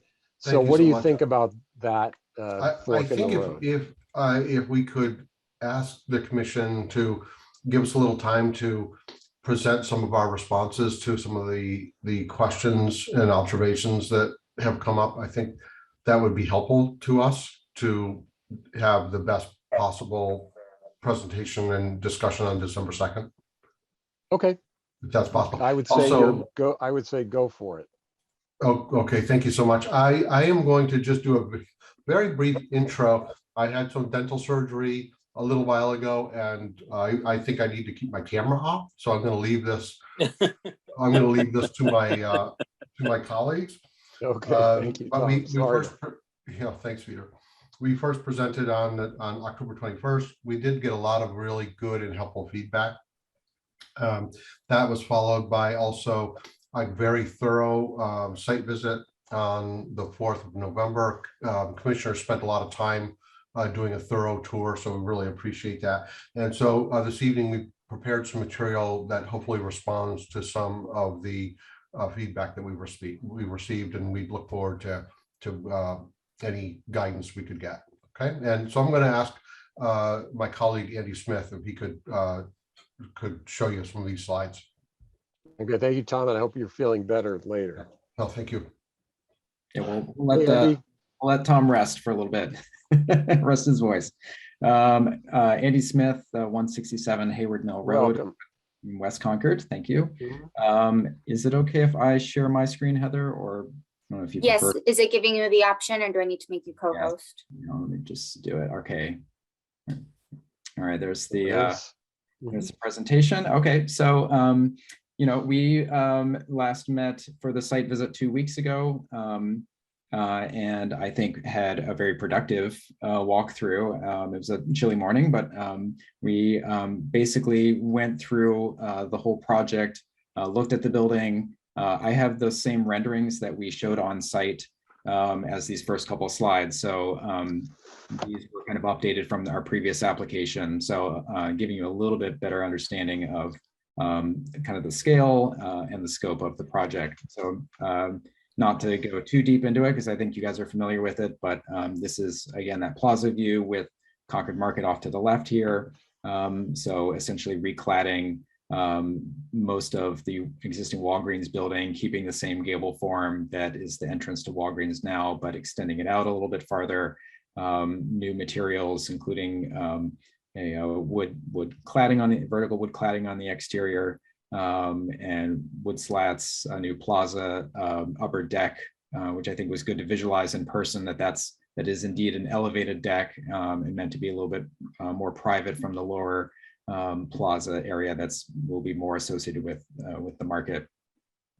And I'll try to go through this as quickly as possible because I know it's getting late. So here's the view from coming into the parking area from Kai's Road. So the new structure at the corner here, we kind of talked about how that fits onto the site, looking at the renderings in the building at the same time.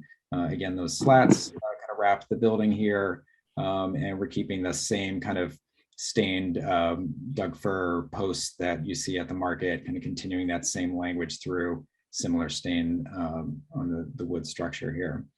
And you kind of get a sense of the articulation of the barn structure within, with a bit of screening on the outside. And what we did, we adjusted some of our renderings too. I'll kind of go through that a little bit to talk about materials and lighting and some of your other concerns that we had before. Here are the kind of before and after, same thing that we looked at on site. Here's the revised material palette. So we lightened the cedar. I know there were some comments about it looking very black before. We lightened things up a bit, which I think is a great move. You can see it's a little bit more of a warm silver, kind of a weathered look. Some of our comments back from this manufacturer we're looking at, I guess cedar is a little bit tough to get now, and the prices are going up and down and supply is difficult. They've also recommended a larch, but I think it's the same kind of aesthetic of a vertical cladding that has that kind of weathered wood look. So, and then we kind of showed the lightened version of the standing seam porch roof to match what's there at the market now, carrying through there. There were some requests for kind of what do these slats look like? So here's a couple of views of something a little bit more contemporary, but kind of a sense of what this slat screen would be. And again, a lot of this is to bring some warmth to this retail building. Adding warmth and also providing a little bit of screening so it doesn't feel quite so much like a glass and a glass enclosure to a retail establishment, that we're trying to bring some warmth and tone down some of the lighting that's on the interior in the evening time. And we've got some renderings to show you some dusk and evening views with the lighting there. But you can see it would be a wood slats, and so there would be some sort of substructure, probably a black metal we need to provide that would run perpendicular to that to help kind of support that, especially where it's hanging out a little bit farther from the building. There were some comments just about the scale and kind of the different shapes and volumes of the building. So we wanted to just kind of point out the varied nature of our buildings in Concord Center. Lots of ups and downs and different shapes and sizes. And so echoing a little bit of a streetscape here in our little retail area. And then also kind of echoing some of this historic nature of, you know, a barn layout or a farmhouse layout with the back houses, little house on the barn. And we've got something kind of similar and linear going on here with varying degrees of scales of roof lines. And this slide just kind of shows some of the timber framing articulation that we're trying to echo through and bring into this this project, bring some more character to what is an otherwise plain CMU box, bringing some of that warmth of the wood in as well, with vertical cladding of the barns you see here, the timber framing, and echoing that here with the metal roof, which you'll also see on the barn forms. And then finally, you had asked about some evening renderings. So we put together a couple of dusk and evening views. This is, you know, as the sun is setting, you start to get some more shadow lines. We talked before about light primarily occurring underneath these protruding forms and trying to contain some of that light under an overhang as much as possible. So really kind of keeping it as low key as we can. There's a kind of an evening view. You can start to see some of the gable ends glowing. This is glowing a little bit more.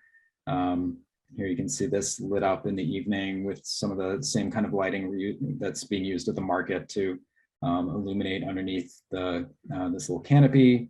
You know, obviously required for ramps and circulation paths. And then this is kind of a fun little diagram just showing similar conditions. You know, we've got this one view here where you start to see the light within the canopy areas being contained, similar to some of the other buildings that happen in Concord Center. You know, as Tom talked about before, you know, the facade is very much dark, and the inner portico or canopy area is illuminated. And that's what we're trying to echo here. And I think it creates a really nice effect with the wood slats. It kind of really softens the architecture quite a bit. And on our walkthrough, we also kind of looked at the Millbrook as well. So I think there's some really, I think it was a really productive walkthrough to kind of see the amount of cleanup that the owner has done on the site, and talked about the invasives, you know, that have been removed on the site, but are still somewhat present on the town land on the other side of the Millbrook, and you know, remain an issue that we'd love to have the town address. But there's also the pocket park and town land along Kais Road that is being used now with picnic benches and is really cleaned up quite a bit. And you know, I think we're hoping to continue a strong partnership with the town in terms of our natural resources that are adjacent. Yeah, so. Andy, thank you. If I may just add one thing, Peter, I just want to restate that we really believe the proposal is modest and also transformational. Modest in that way, I mean that we're actually reducing the square footage. So the owner here is making a substantial investment, and we're reducing the overall square footage by eliminating the second floor of the existing building. So thank you. All right. Thank you, Tom. Thank you, Andy. I want to applaud your team once again on a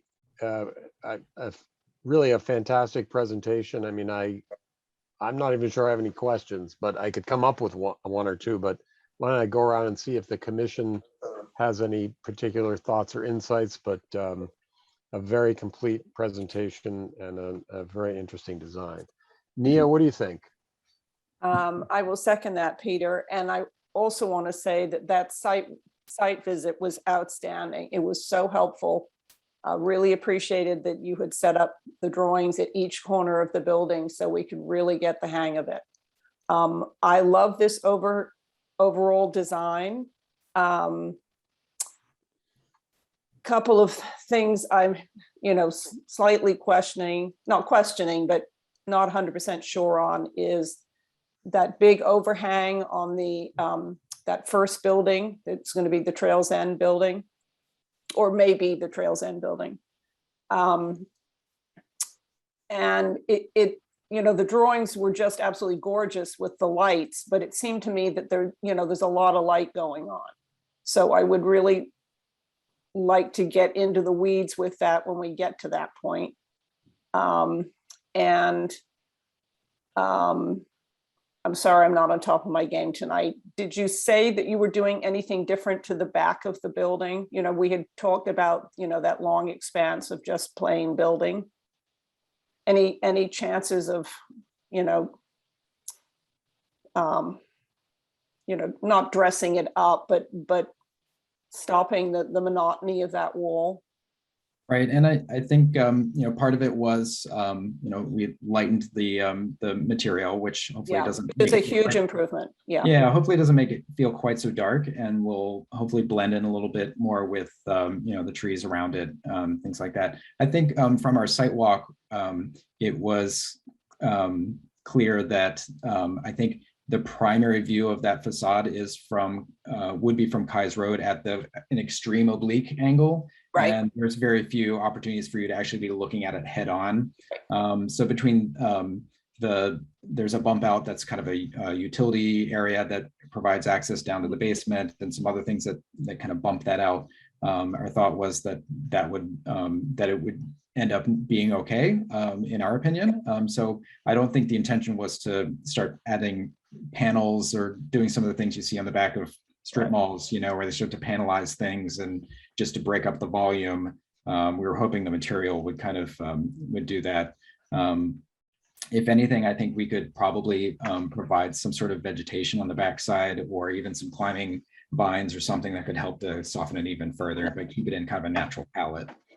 Okay, but in general, I love the design. I know we'll get into further details down the line, but at this point, we're probably still talking, general design. So I'll let everybody else weigh in.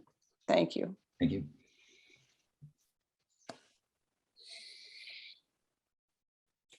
Luis? Sorry. Yeah, I echo Nia. I think that this is a great design. It's very well thought and very well executed.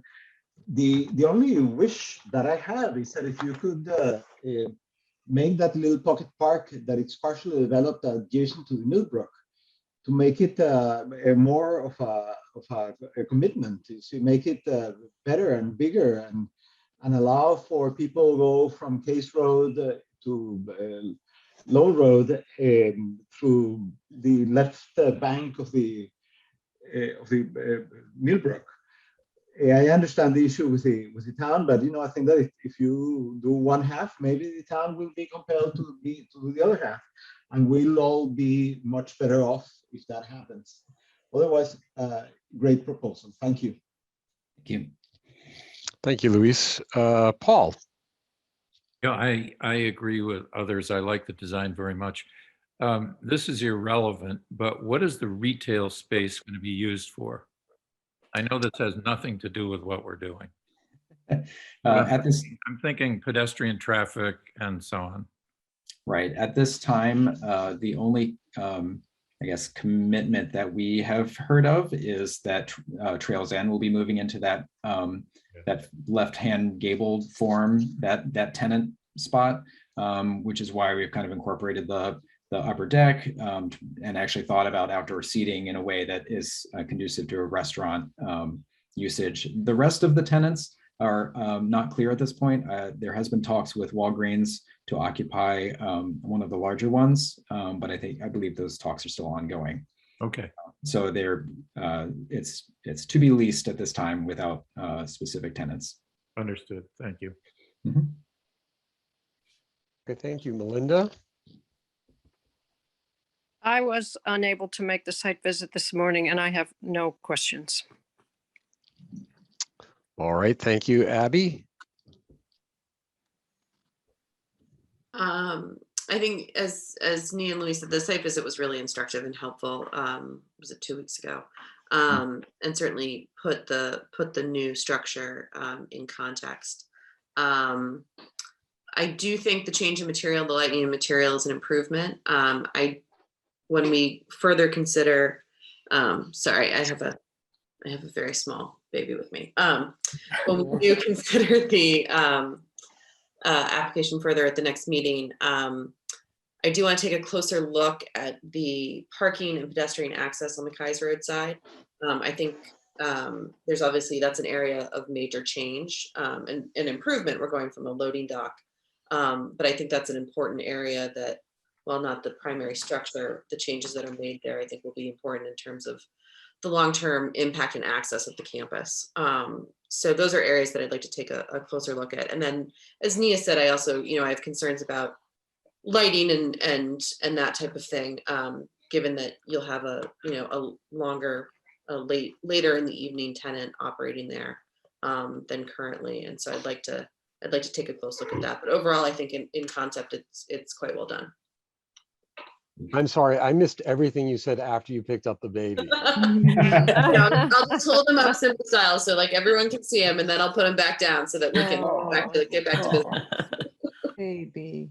Thank you, Abby. Kate, I jumped over you there by accident, sorry. But all right.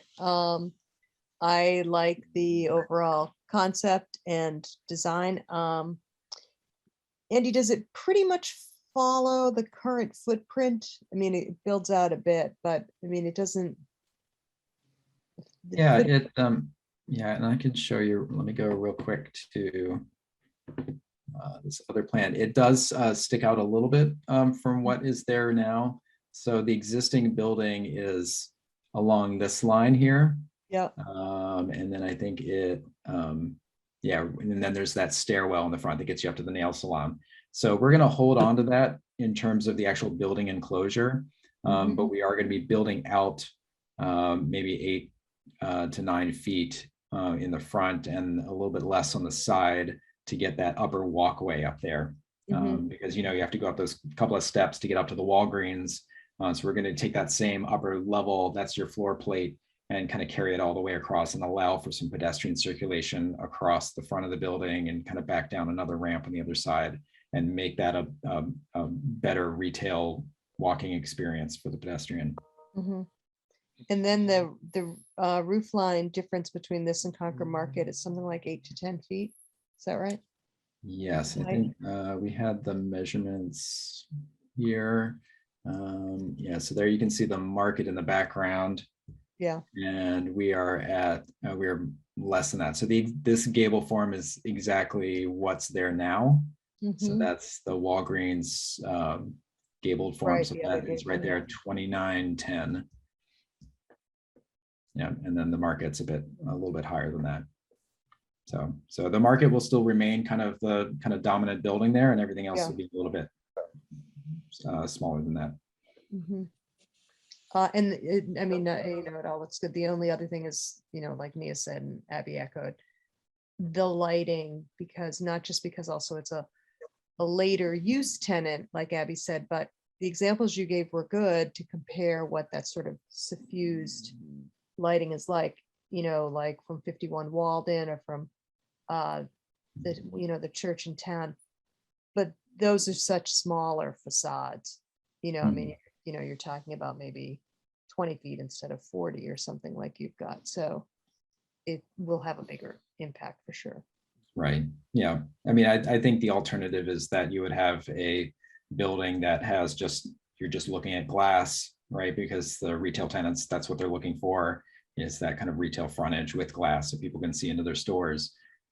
So that's where we're going, is kind of in a different direction where we're screening it a little bit more. And I think there's a little bit of apprehension, I think, in terms of, well, that's not as conducive to a retail environment because retailers want to have a big window for people to see from the parking lot. And we're trying to say, no, it actually is pulled back.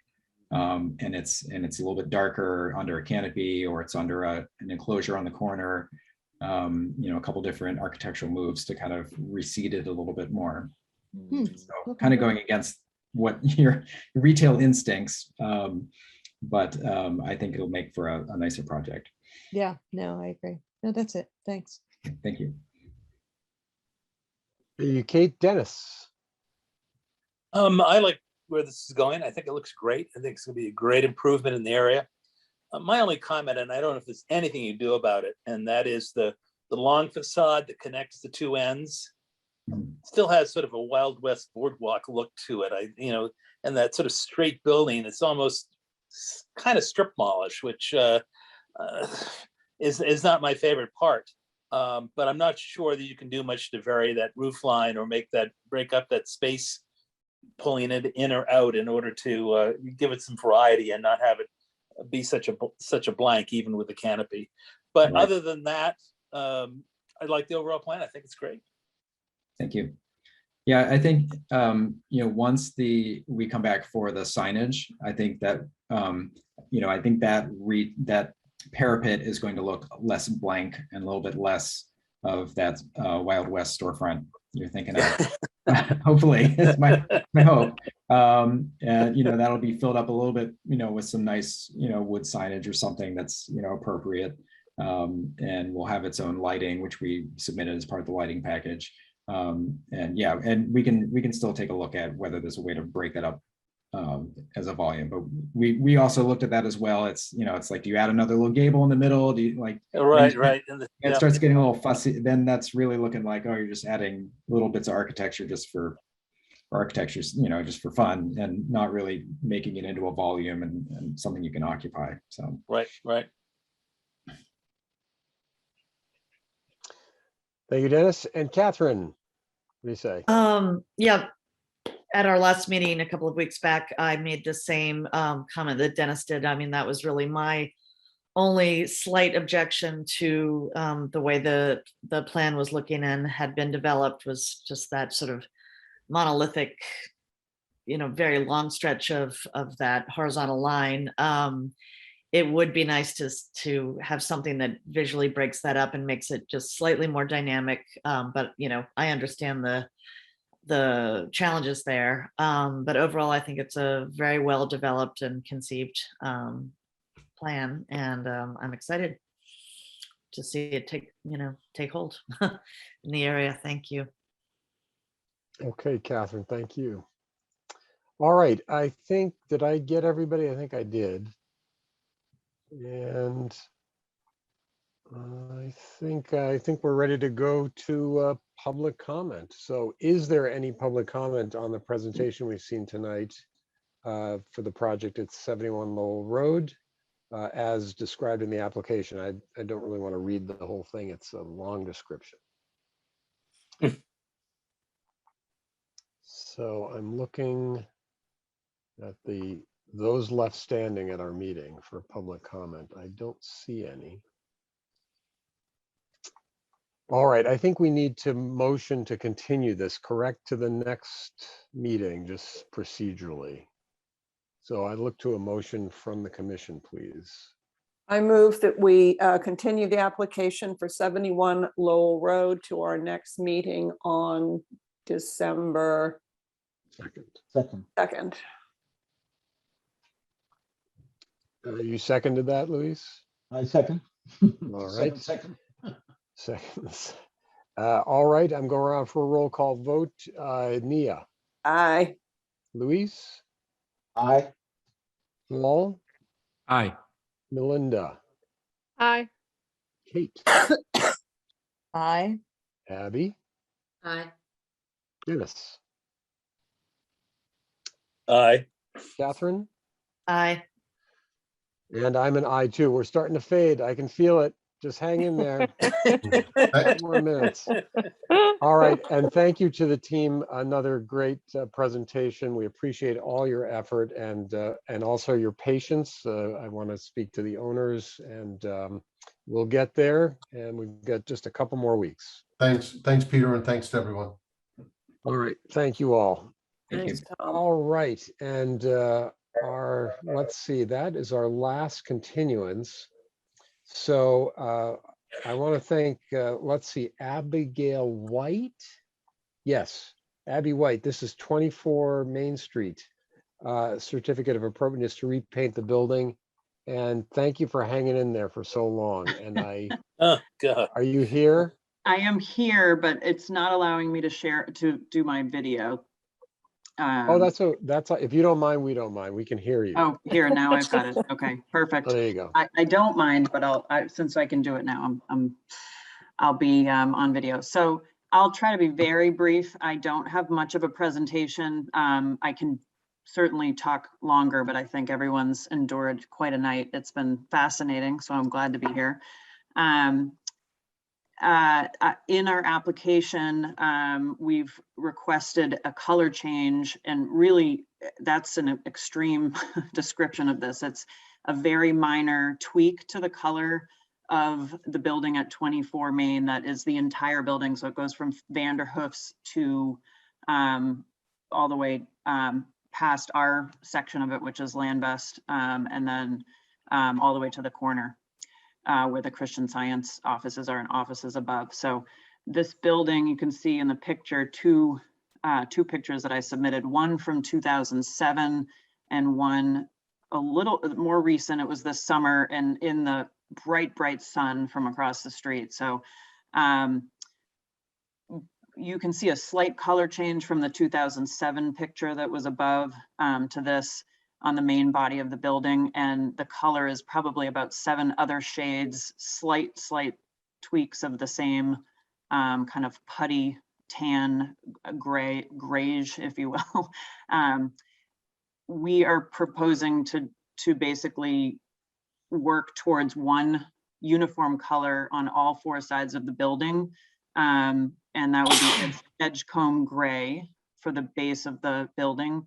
The trim, which is also a variety of different colors, but mostly kind of a chocolate brown right now and has been since the 2007 pictures. I was unable to get things much further back, but it's been peeling and really was in bad shape especially on the Vanderhoof side.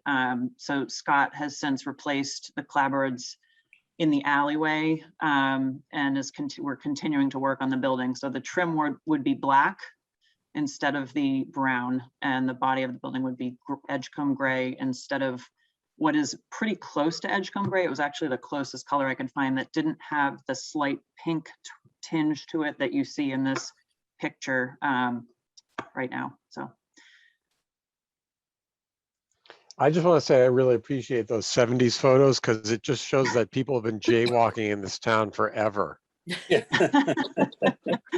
Billy Crosby actually submitted those after hearing the last meeting. He found them in his files, so he sent them to me. Yeah, they're fascinating. I mean, I never knew Vanderhoofs had ever been painted yellow. That's sort of interesting too.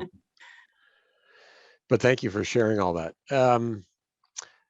Okay, I don't have any questions. Let me see if the commissioners do. Nia? Oh, right when you coughed, I got you. All right. Sorry.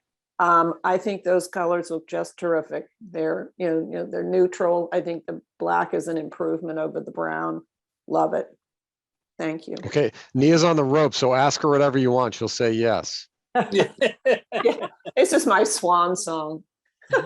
Luis. I think the colors are great, but I don't want to get into trouble with Dennis that will have much better references than me about what are the proper colors there. But I think the colors are absolutely superb. Okay, thanks, Luis. Paul, any thoughts? No, nothing to add. I think the colors are fine. Okay, thank you. Melinda? I think it's all fine. Thank you. Kate? I think the colors are fine. I wonder if the black will look a little too contemporary, but they're fine. Okay, Abby? I think the colors are appropriate, and I think the edgecomb gray is an improvement over kind of pink putty. And I think the black is an improvement over kind of milk chocolate. And I think it'll make the building look tidier, not necessarily more modern, but certainly more polished, which I think will be an improvement. So I think it's appropriate and I have no objection. Okay, thank you. Dennis? I guess at the last meeting, Luis was referring to it, I asked questions about this building and the authenticity of the color that it's there, because it's basically a Victorian building. And the colors that are there now are not inappropriate. We may not like the tastefulness of them, but they're not inappropriate for the building. But looking at your photos, it was yellow at one point. Sort of looks yellow. It's sort of been all different colors of neutral. So I would call it more of a cream than yellow, Okay. but yes. I think that's the photo, yeah. So as far as we know, it was cream at some point, and then this sort of pink and brown is a later color combination. It appears that way. Yeah, you can see, and that's a good photo that's up right now, that it was more monotone, so there wasn't the brown trim. The brown trim came later. And then my other question is around Vanderhoofs around the window. You're going to keep that pretty much like it is? The yellow and the... This picture is older. There is no yellow. It's all chocolate brown with a brown that's what I'm thinking. inlay. So all of these panels have an inlay of brown. Those if you scroll up just a little bit, Heather, so that we can go look down at below. So the panels underneath the windows could either be black or all the same color as the body. I mean, that's up to discussion. We don't really have the one caveat I will say is that under Scott Vanderhoof's, there's a really nice lettering in the brown. So we'd have to just keep that lettering there for him. I mean, that would not need to be changed. So the front of Vanderhoof's, if I could see it as it is now. It's a cream with brown inset, it looks like, or something. Yes. Yeah, so it's cream. So the color scheme would pretty much match the rest of the building. When you get done, it would be, the panels would be either black or cream, and or cream, or the whole place would be cream surrounding the whole front. It would not be distinguished by a different color palette. The entire building would look like one building. We wouldn't be distinguishing any of the storefronts, and the trim, everything that looks chocolate brown right now, we were planning on doing the black. The only thing I was pointing out is that these panels below the windows on just for his storefront have lettering in it, and he'd probably want to keep that lettering. Right. Okay, I'm still not feeling very confident in all this, but I don't have any further questions. Okay. And Catherine, what do you think? I think the Edgecombe gray is a very nice neutral. I think it will read really, really nicely on the facade. I think the black trim, to Abby's point, will be, neat and tidy and appropriate. So I have no objection. Okay, and I'm frankly glad to see the brown go, because I had to paint 3 stories of banisters in a building in the North End when I was a kid, that chocolate brown, and it still gives me nightmares. I hope they outlaw that color. All right, sorry, it's been a long night. I think we've heard from everyone. Is there any public comment on the application to repaint 24 Main Street? I can look at one screen. There's no hands raised, so I'd look for a motion from the commission, please. I move we approve the application of 24 Main Street to repaint the building with the colors as submitted. Second. All right, let's do a roll call vote. Nia, you just seconded it. Luis? Aye. Lowell? Aye. Melinda? Aye. Kate? Aye. Abby?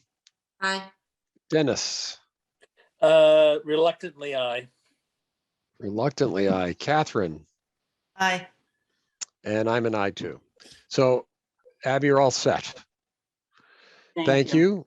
And I think there's no follow-up, right? You just have to try to get it done before everything freezes. Let's have more days like today. All right. Thank you. And thanks for staying so long at the meeting. We appreciate your patience. Peter, can I make a comment? Yes, Dennis, we're done with our application, so we're into other business anyway, but of course you can make a comment. my comment is really a concern.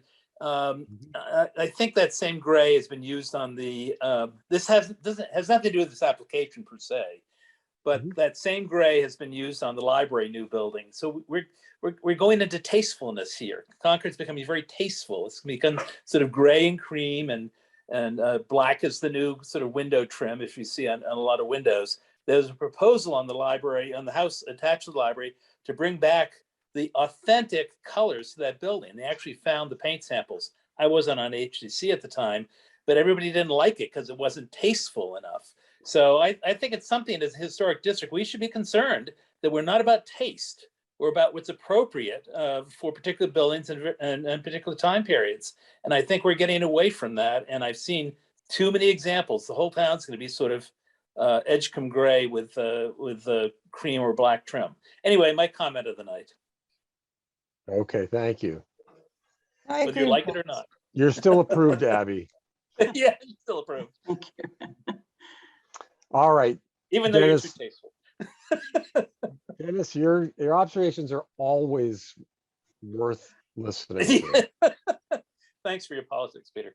Actually said, yes. All right, so we're into other business, and I know the folks from the library are here, 129 Main Street. There's a certificate amendment for signage. Heather, we're going to do that one first, correct? Yes. So this is the applicant is requesting to add signage requested by the Concord building inspector at 3 exterior doors at the Haywood Benjamin House, which was just mentioned by Dennis. So. Jeff, I see you've been hanging out there for the whole meeting, so I appreciate your patience. Are you going to walk us through this? I think our architect, Michael, is with us, and he's going to give a quick... Oh, there you are, Michael. Sorry, Yes. I didn't see you. Yeah, I think I've got my camera turned on, but it looks like it's a blank screen for some reason. But thank you for having us. This is Michael Belfay from Johnson Roberts Associates. All right, welcome.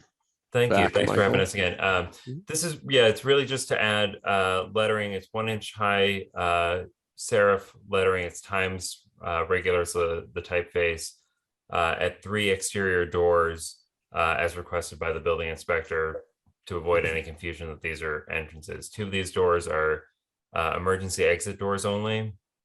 One's the historic front door at 151 Main Street, and the other is the new side door that's an exit from the new stair. And the third door is another historic door that's been fixed in the closed position. So it's really just to avoid somebody walking up and trying to get in the doors.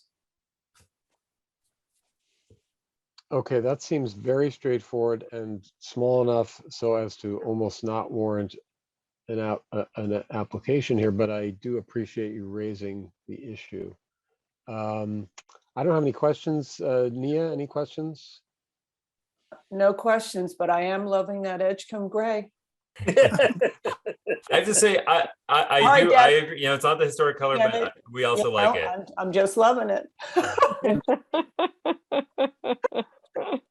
You're not in the Main Street district, Nia. Luis, any thoughts? No comments. Okay, Paul? Yeah, I'm just curious, does the library want that lettering, or is this, I mean, what difference does it make if somebody approaches the door and discovers that it won't open? I mean, is the library happy with the aesthetics of not an entrance? Yes, we think it's fine, and it avoids confusion with the patrons. So these doors have always been intended to be emergency egress only. Right. Building inspectors just looking to clarify that. We think it's fine. Okay. Thank you, Paul. Melinda, any comments? Well, if the library thinks it's fine, I think it's fine. Thank you. Got to make sure it's spelled correctly, right? Kate? No problems. Thank you, Abby. I think both the lettering and color are quite tasteful. So it goes with the Edgecombe gray. It really does. It really Very does. Dennis, you're not going to hear the end of that one for a while. Yeah, no, that's going to be your yes. So no, I have no. I'm interested in historical correctness, not tastefulness. For the third time. The thing is, Dennis has several hills he'll die upon, so this isn't just the one. Yeah, that mustard was not so tasteful. That's exactly right. It was quite unattractive. Dennis, any thoughts? No, this is very attractive, very tasteful. The whole thing is just so too good. I love it. Okay, Catherine? I'll just add that tastefulness and historical accuracy don't need to be mutually exclusive, Dennis. So nothing wrong with a little tastefulness. Yeah, and this is fine. Okay. All right, thank you. Is there any public do we have to ask for public comment? I guess we do, since we have to vote. Any public comment on the signs at the library doors? I don't see any, so I'd look for a motion from the commission, please. I move that we amend the certificate for 129 Main Street for signage as submitted, as tastefully submitted. Somebody needs to second that. I'll second. Okay, got a second, and let's go around for roll call vote. Nia? Aye. Luis? Aye. Paul is an aye. Melinda? Aye. Kate? Aye. Abby? Aye. Dennis? Aye. Catherine? Aye. All right, and I'm an aye as well. All right, thank you, folks. So you're good to Okay, go. thanks, It's not an entrance. Thank you. Have a nice Thanks night. for staying so long. All right, just a few more things. So I see, Heather, you put updated membership process on our other business. What's that all about? You asked that we added that. Damn it. I asked. Why did I ask? Something was sent out from the town manager's office. And you asked that we put it on an agenda. Oh, I think we'll have to do that next time, because I'm totally drawing a blank. We did get something. I vaguely recall, but what I need to do is send the stuff out beforehand so you can all look at it. It has to do with open meeting law and making sure you're prepared as a commissioner to function within all the various I was going to say restrictions, but requirements of the role. So why don't we do this, Heather? We'll send it out before the next meeting and we can briefly discuss it then. I apologize. Okay. Totally drew a blank. The 2022 meeting schedule, is that a thing? Yes, so I believe Heather C has put up the 2022 meeting schedule on your website.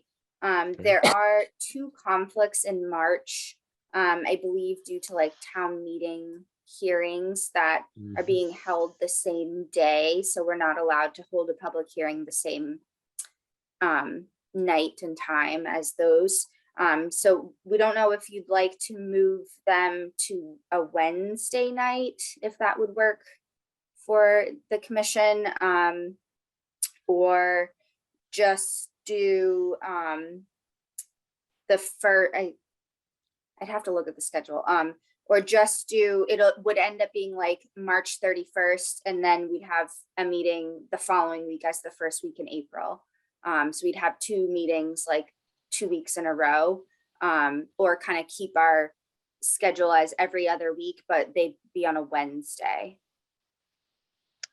Well, my personal preference would be to keep the every other week, because that tends to be a busy time. Spring, projects are going, I just feel like if we put the meetings too close together, people may not have time to respond if we need something by the next meeting.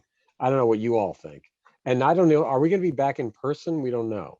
So that's one thing Heather stated, was that NRC meets on Wednesdays in the first floor meeting room. So if we are back in person at that point, we will need to find a different location, but the town has many meeting locations, so we could meet at the townhouse or Harvey Wheeler, or we'd find a space if need be. Okay, does anyone have a strong feeling one way or the other, or can we just make a decision outside the meeting? I think we're all about ready to fall asleep. Well, at least Abby is. As long as no one has objections to a Wednesday meeting in March, then. Let's try that, and then if the time arrives and it looks crazy, we're getting close, we'll schedule something else. Okay. Okay, and then we have some minutes. I can't say I looked at the minutes up on the website.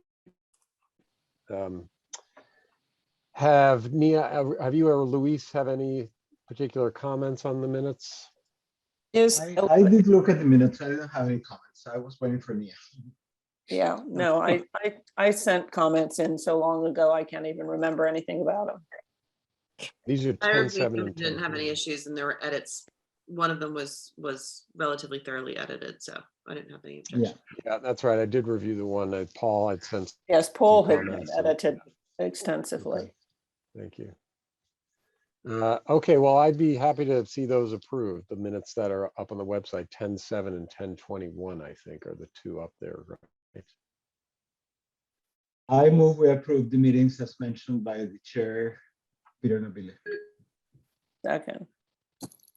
All right, all in favor, let's just do a hand vote because Nia's about to fall down.